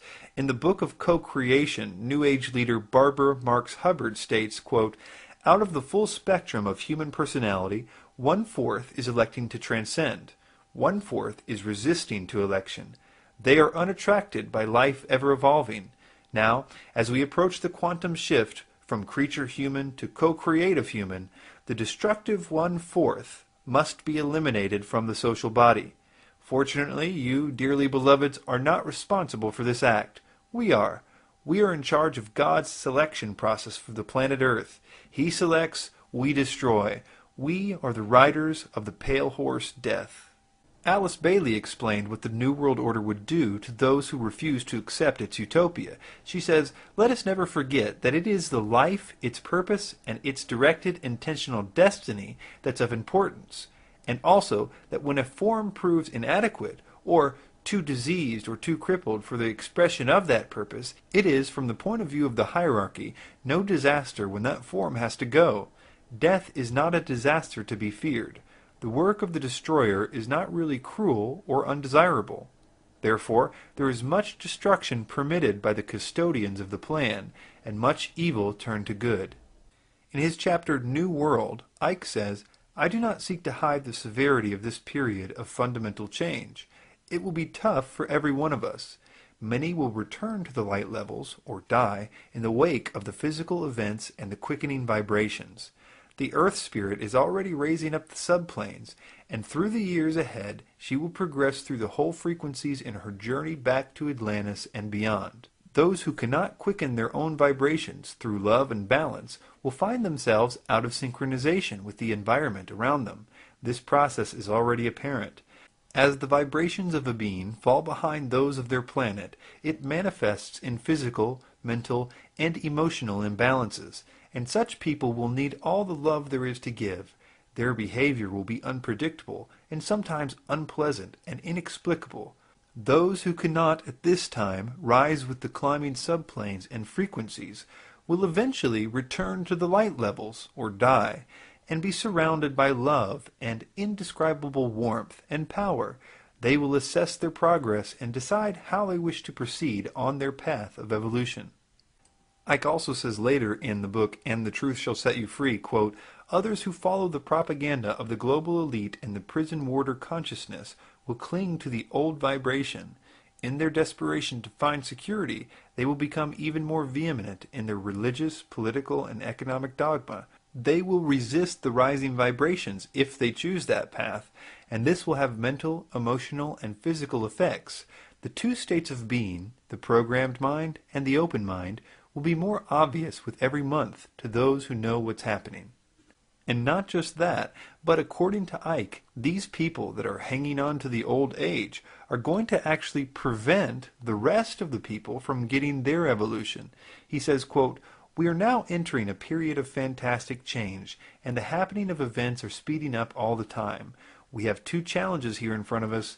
People have to get access to that information and start to realize who they really are and the nature of life. Then we can go into a stage 2, which is the incredible consciousness shift that is going to happen and is happening with many people already, but can happen for everybody if we open up to the knowledge of what's going on. And to do that, the edifice of suppression must go. What I see so often in the New Age movement is that they are focusing on the second, but they're in denial of the first. And the second is not going to happen for many people unless we remove the suppression." Now here's a thought that has disturbed me for a while now. Obviously, the idea of spiritual evolution is being pushed by the global elite and these entities. And I suppose that it could lead to a world government, but only if the entire world was in on it. What I mean is that right now, only the New Age and the so-called truth movement, which has now been converted to the New Age, believe the spiritual evolution stuff. And sure, the idea is expanding, thanks to shock value things like the 2012 stuff, but still, it would have to be believed by the entire world, not just a few. They would have to be passionate about the idea of spiritual evolution for this to work. Now, let Mr. Icke explain how this could all change overnight. What I would say very strongly, and it's coming more and more into my life, there is an X factor which I don't understand yet, but I sure as hell know is there. And it's an X factor which is going to bring an end to this childish playground nonsense of human control. Do you mean an external influence? There's something. I absolutely, at a deep level, I know it. I'd say, and I'm probably being optimistic, I'd say we would live in a global version of Nazi Germany within 10 years, if we take that route. Mm-hmm. If we take that route, we'll, in 10 years' time, be deeply into a transition to a very different world. It's just a choice. But this X factor is going to help us to change the world to one that I would like to live in. Don't know what the X factor is, but I know it's coming. No one's going to do it for us, right? Well, my feeling is that there's an X factor. I don't think myself that humanity can do it alone, because the program is so deep and the pressure to go the other way, to hold on to the hack, is so powerful to people who are in mind alone, that I think what we can do is change enough so that we stop adding to the problem. But I think there's an X factor, I think. And I think that there are things going on now outside of our awareness and on much higher levels of consciousness than we are aware of, which is also supporting this change. Notice what the function of the X factor is. He says that the programming to hold us all into the old ways is too strong. But the X factor, this external thing, will shatter that paradigm and set us free from our old way of thinking, and it will give us a new paradigm. Let me suggest a possible X factor that people like Bill Cooper have suggested, and one that I think, without question, we are being prepared for by the global elite, and have been for at least 70 years. That is, an extraterrestrial presence being discovered. Now, I realize that Cooper presented documents that reveal a plan of the New World Order to use an alien threat to cause patriotism needed for world government. After all, people would no longer view themselves as separate countries, but instead a world family. Now, this would also create the need for a world bureaucracy to deal with the threat. But I think that based on the propaganda of Hollywood and the occult writings, that this might not be presented as a threat at all, but rather them posing as a savior to a world that will be war-torn.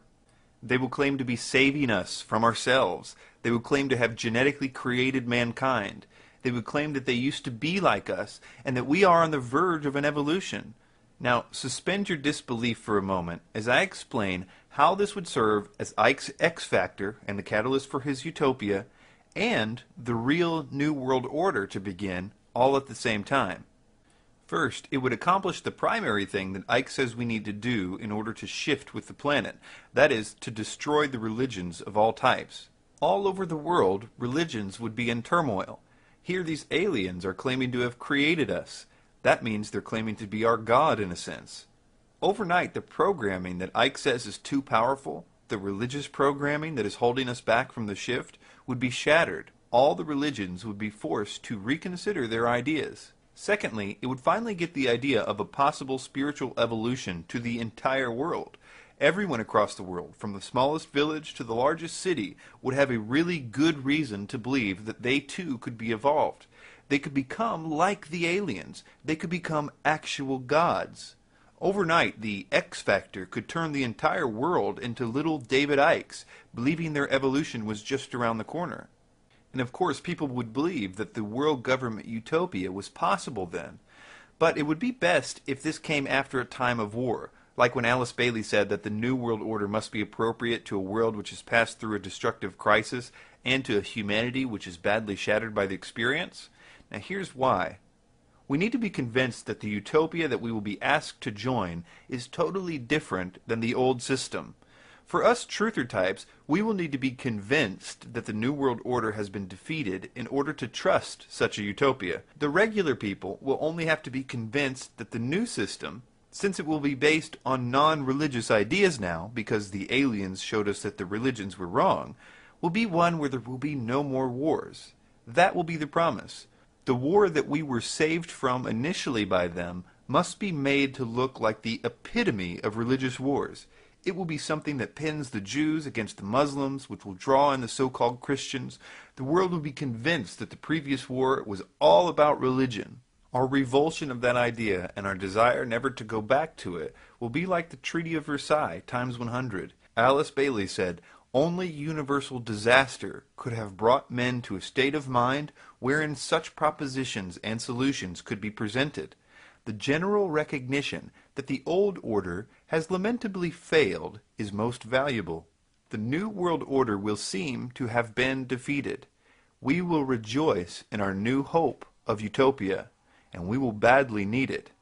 We will be told to await our newfound powers, but when they don't come, we will be told that it is because there are some still among us that are keeping us from it, those that are still hanging on to the old age." All of this makes what Icke says in this clip very concerning. But we're now seeing the last throes of a dying system where the Illuminati in their box are believing they're crashing the system to create something else, when it's actually crashing ultimately for another reason.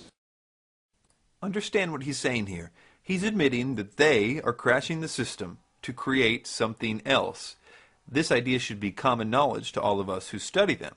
They are going to be the solution to the problem that they create. And Icke, of course, knows this. After all, he's Mr. Problem Reaction Solution.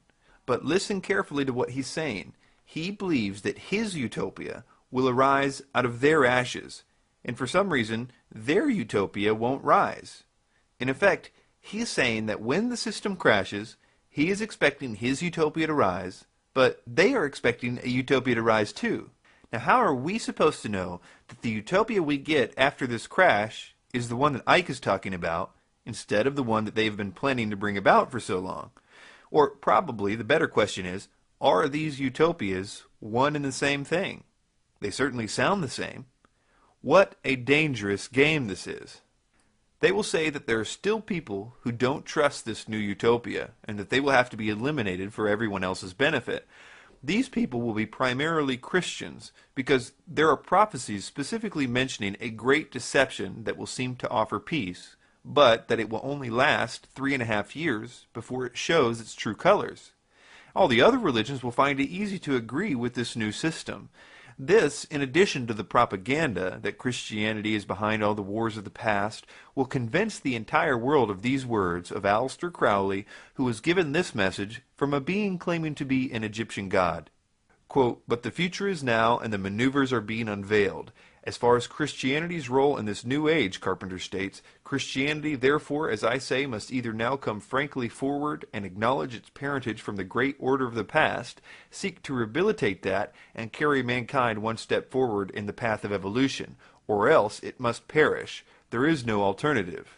Or, as New Age author Eckhart Tolle likes to say, evolve or die. We've been told by Icke, a man definitely possessed by something, that if we worship the God of the Bible, we are worshiping reptilians. And when you worship, you project energy, and you are feeding this force by thinking you are worshipping a God when you're worshipping these. He has changed his mind in every book that he's written about which way to tell you not to look towards Jesus and not to look at the Bible. His entities have told him to tell us that demons don't exist. The voice that talked to him for 5 hours in Brazil went on quite a tirade about how demons don't exist. How could they, after all, if everything was an illusion? There is a fabulous reason why this misdirection is happening, because the real agenda is being played out like a military system. These demons are influencing people to prepare the way for what the New World Order calls its Phoenix, and what the Theosophical Society calls the World Teacher, their Christ, what I would call the Antichrist. A genuine Satanist knows exactly what I'm talking about right now, and that this plan has been the plan all along. They are awaiting something they call the Black Awakening, when this system of the Antichrist will begin. Alice Bailey said, "The widespread expectation that we approach the age of Maitreya, when the world teacher and present head of the spiritual hierarchy, the Christ, will reappear among humanity to sound the keynote of the new age. There are millions of mentally alert men and women in all parts of the world who are on rapport with the plan and work to give it expression. They provide opportunity for cooperation with the spiritual evolution of humanity. There is no group so likely to ensure that humanity achieves this most difficult goal as the men and women of goodwill, requiring only courage to initiate action to prepare for the New World Order. All the conspiracies, all of them, are leading up to one event. There is an ancient angel that has been working on a system that would allow him to actually control the world to such a degree that he could force them to worship him as God. And unfortunately, for the first time in history, technology is now capable of doing that. I believe that the implantable microchip could actually play a role in this worship. And he is the general in all of this. This is why you find Satanism behind every door you kick down in the investigation of the New World Order. This is why you find his demons telling people to go out on a world stage and teach a doctrine that will lead them right into his hands, to an elitist mindset, seeking the Luciferic initiation of the Lightbringer, Prometheus, Lucifer, the Solar Logos. They've always been preparing you for him. Their agenda has never changed. But we have been so brainwashed to hate Christianity that the Bible is literally the last place we would look for the truth. Jesus spoke of a time that's coming, and he said, "Now the brother shall betray the brother to death, and the father the son, and children shall rise up against their parents, and shall cause them to be put to death. And ye shall be hated of all men for my name's sake." Now this is interesting. Here's a guy that not even his enemies can find a good reason to accuse him. He's entirely just and sincere and humble in the Bible. Yet for some unknown reason, what he said is absolutely true. We will be hated for his name's sake. This hate has to come from a third party. Our enemy perverts the Bible to make you think that religion is equal with Jesus, so that you will reject him. And I submit to all of you that Jesus was the most anti-religious person that ever walked the face of the earth. He had nothing but compassion for sinners. In fact, the only harsh thing he ever said was to the clergy of his day, and the bankers.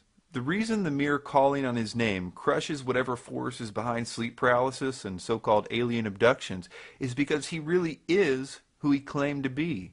And the demons are just as scared of him now as they were during the pages of the Bible. Jesus said in Matthew 11, verse 28, "Come to me, all who are weary and heavy laden, and I will give you rest. Take my yoke upon you and learn from me, for I am gentle and humble in heart, and you will find rest for your souls. For my yoke is easy and my burden is light." Christianity is not a belief system. It's a supernatural event that happens to you. Your life begins to change. You start to love things you used to hate, and hate things you used to love. You are given a new power to turn from the things that have you in chains. It doesn't mean that you're going to be perfect, but you will start to change, and that change will continue your whole life. It is freedom from bondage, not a list of rules. Mark 10, verse 45 says, "For even the Son of Man did not come to be served, but to serve, and to give his life a ransom for many." Acts 17:30 says, "Therefore, having overlooked the times of ignorance, God is now declaring to men that all people everywhere should repent, because he has fixed a day in which he will judge the world in righteousness through a man whom he has appointed, having furnished proof to all men by raising him from the dead." I do not think that David Icke knows that he's being used as a tool for the New World Order. I would like to think that he would turn from this if he could be convinced of it. I want to ask you to help me pray for Mr. Icke. For transcripts, footnotes, free downloads, and free DVDs, go to the website davidikedebunked.com. Thanks for your time.